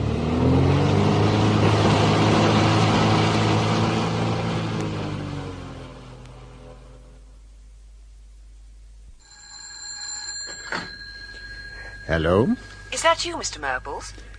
Oh, why, if it isn't Lady Mary. Yes, Mr. Murbles, I want you to come round to Peter's flat as soon as you can. Oh, but my dear lady, I've only just got back from the Lord's. I know, but Mrs. Grimethorpe is here. Who? Mrs. Grimethorpe. She wants to give evidence. Yes, I'll come at once. Thank you. And I'll telephone Sir Impey. We'll try to meet at the flat in half an hour. You see, my lady, ever since Lord Peter spoke to me, I felt I couldn't keep silence. It's better my husband should kill me, rather than they should hang the Duke for a thing he never did. You're very brave, Mrs. Grimethorpe. I'm ashamed, of course, of what I did, but I was that lonely, and the Duke was kind, and I was desperate and miserable, that's the truth, and I hope his lady won't be hard on him when she knows it all. Sir Impey Biggs and Mr. Murbles, my lady. Ah, Lady Mary. Oh, it is good of you to come. This is Mrs. Grimethorpe. Do you do? Will you have some tea? No, thank you, but I'd like Bunter to pour me a brandy and soda. Of course. Bunter? Mr. Murbles? Thank you, nothing for me. Tea for Mrs. Grimethorpe and a very small sandwich. Thank you, Mr. Bunter. Hope it's to your liking, Mrs. Grimethorpe. Oh, I never knew I'd meet with such kindness. Mrs. Grimethorpe has told me she had a rendezvous with Gerald on the night of October the 13th. He stayed for several hours and then walked back. I think it provides the perfect alibi. I feel inclined, Sir Impey, in spite of the risk, to put this evidence in. I am ready to take the risk. We appreciate that, but it's the risk to our client we have to consider first of all. Risk? But surely this clears him. Mrs. Grimethorpe, will you swear to the time when His Grace the Duke of Denver arrived at Grider's Hole? It was 12:15 by the kitchen clock. 'Tis a very good clock. And he left you at... About 5 minutes past 2. It would take a man an hour, walking quickly, to get back to the lodge from Grider's Hole. Now, you mustn't let the other counsel upset you on these points. They will try to prove that the Duke had time to kill Cathcart either before he started or after he returned. And by admitting that the Duke had something in his life that he wanted kept a secret, we shall be supplying the prosecution with the very thing they lack, a motive for murdering anyone who might have found him out. May I ask, madam, has any person any suspicion? My husband guessed, but he couldn't prove it. That very night he hoped to catch us and do murder, but he drank too much before he started from Stapley and spent the night in a ditch. Or it might be Gerald's death you'd be inquiring into, and mine, as well as the other man's.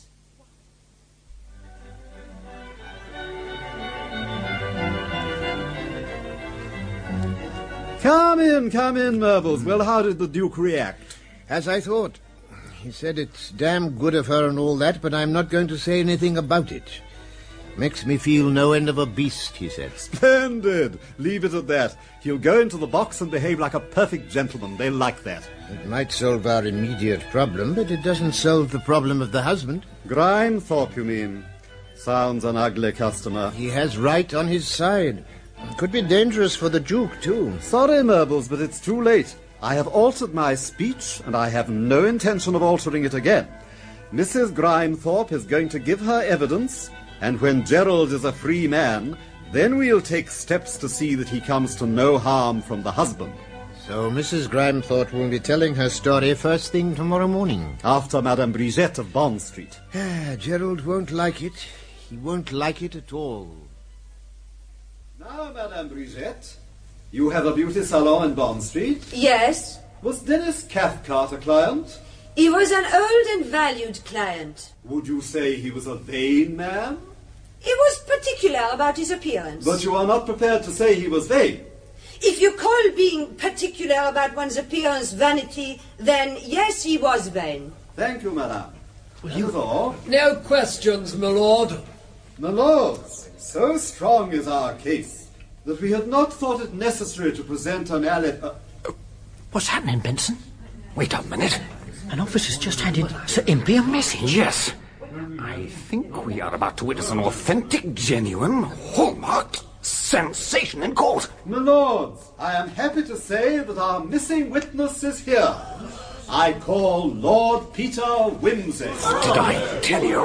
Here he is, too. Straight off the aeroplane. I swear by Grubby Almighty and God that the evidence I shall give this court shall be the truth, the whole truth, and nothing but the truth. I am Peter Death-Breeden Wimsey. I live at 110A Piccadilly. In consequence of what I read... You may sit down if you are fatigued. Thank you, my lord. I prefer to stand. In consequence of what I read on that bit of blotting paper, which I now identify, I went to Paris to look for a certain lady, Mademoiselle Simone von der Ra. I found she had left Paris in company with a man named Van Humperdinck. I followed her and at length found her in New York. She very kindly agreed to let me have the letter which Captain Cathcart wrote to her on the night of his death. I produced that letter with Mademoiselle von der Ra's signature on the corner so that it can be identified. I'm sorry I've given you such short notice, Wiggy, old man. We came as quick as we could, but we had to come down near Whitehaven with engine trouble. Had we come down half a mile sooner, I shouldn't be here at all. We can't have this disturbance. My lords, your lordships are witnesses that I have never seen this letter before. I have no idea of its contents, yet so positive am I that it cannot but assist my noble client's case that I am willing, nay eager, to put in this document as it stands without perusal. Hello, is that the Evening Banner? Benson here. Give me the news desk. It's me, Benson.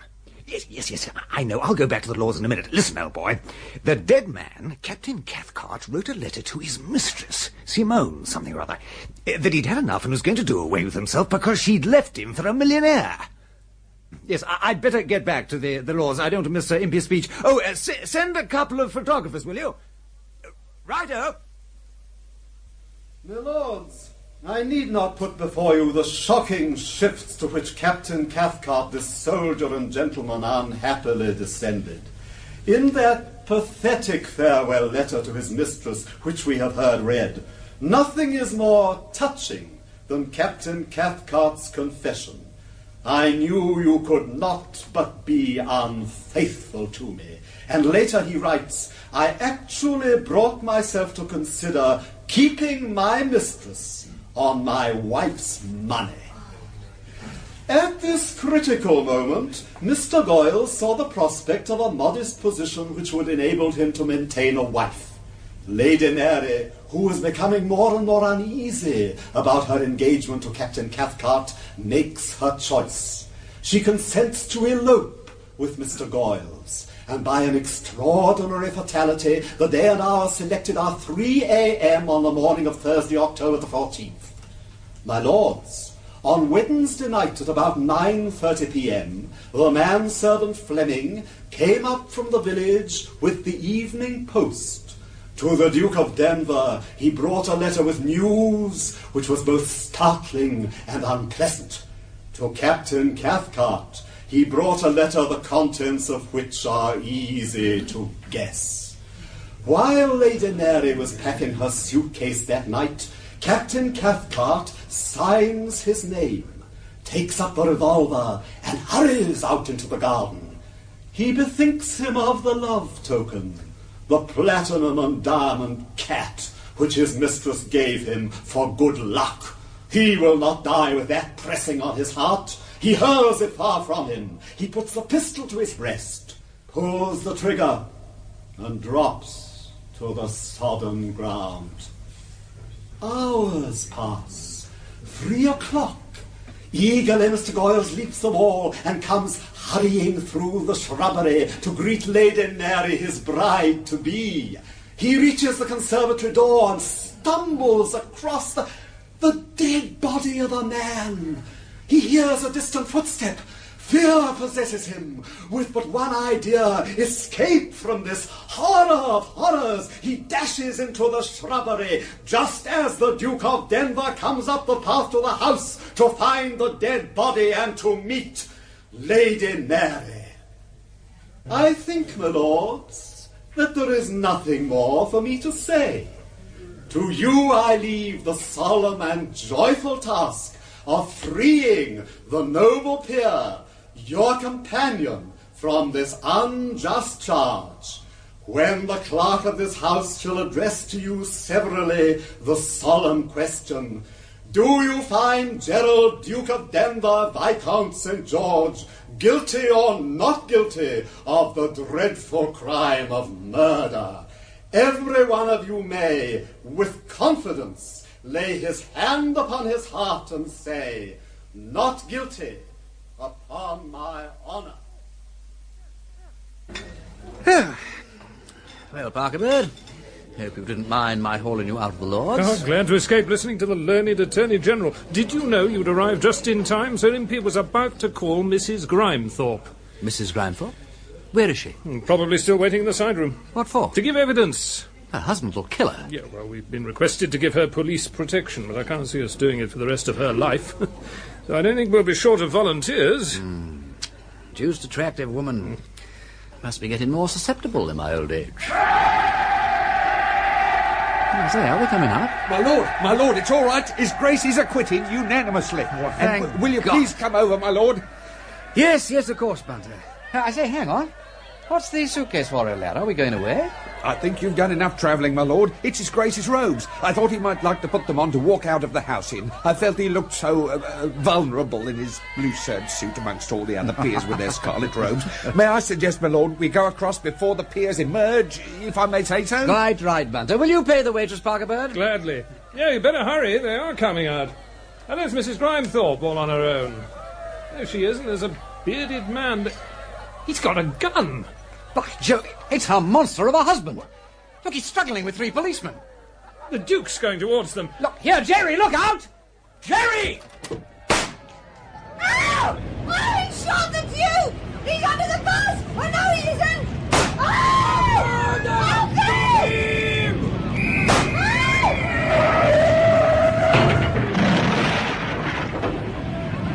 I couldn't help it. He fired at me. Oh, God, I couldn't help it. Sir? I am Lord Peter Wimsey, and I know this man. He has a grudge against my brother in connection with a poaching matter up in Yorkshire. He's dead now. Knocked down by the taxi. Oh, I couldn't help it. He just ran straight across, just in front of my bonnet. If you're making a report, Constable... I am, Lord Peter, I am. Well, tell the coroner that I can give him all the information. Very good, my lord. Here you are, Charles. Will you look after Mrs. Grimethorpe for me? Yes, of course. Yes. We'll wait for you. Come this way, Mrs. Grimethorpe, won't you? Gerald, old lad. You're looking fit, I must say. Excuse me, Your Grace. Allow me to offer my respectful congratulations. Bunter! Great Scott, the man's gone mad! Bunter! There's a north wind, Your Grace. Your robes, if I may suggest, will give you a certain amount of protection. Go on, set them on, Jerry. There's a photographer coming. Peter, old man, thanks and all that, you know. That's all right, Jerry. Very jolly trip. Right, come on. Shake hands, put your coronet straight, and we'll be on all the front pages. I'll get into the car. I'll deal with the reporters. Well, do you want the story, chaps? I'll give it to you now.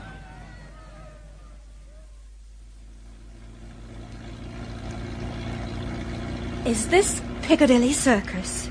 Yes, it is, actually. Oh, You've been marvellous. I don't know how to thank you. that's all right, my lord. What are your plans for the future? I may go back to my own people in Cornwall, but I'm not sure. I must have time to think. Yes, of course. I wonder, could I buy my blacks in London? Your blacks? I shall have to get some for the funeral. Ah, yes. Yes, I think that would be a very good idea. I have money. I took it from my husband's desk. It's mine now, I suppose. Not that I wish to be beholden to him. I shouldn't think twice about it if I were you.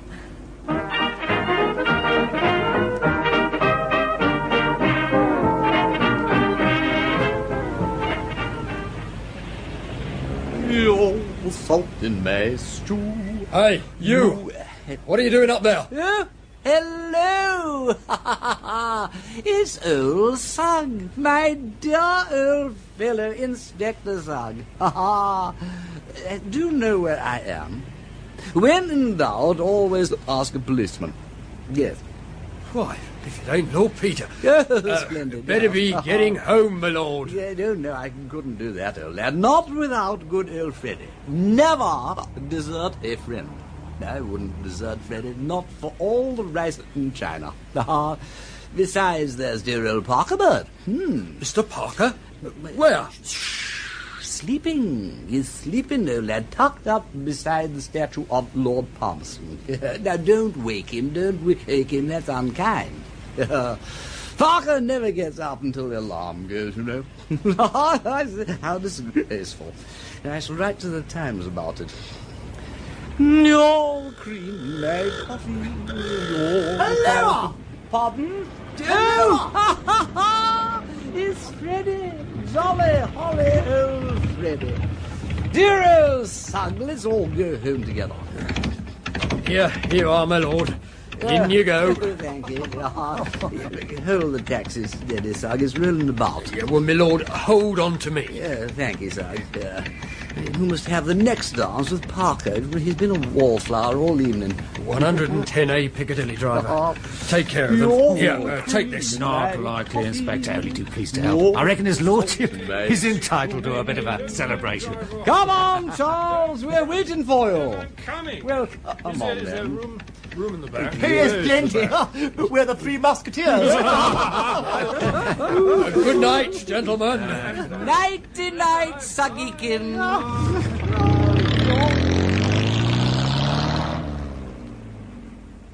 Thank God there weren't no witnesses.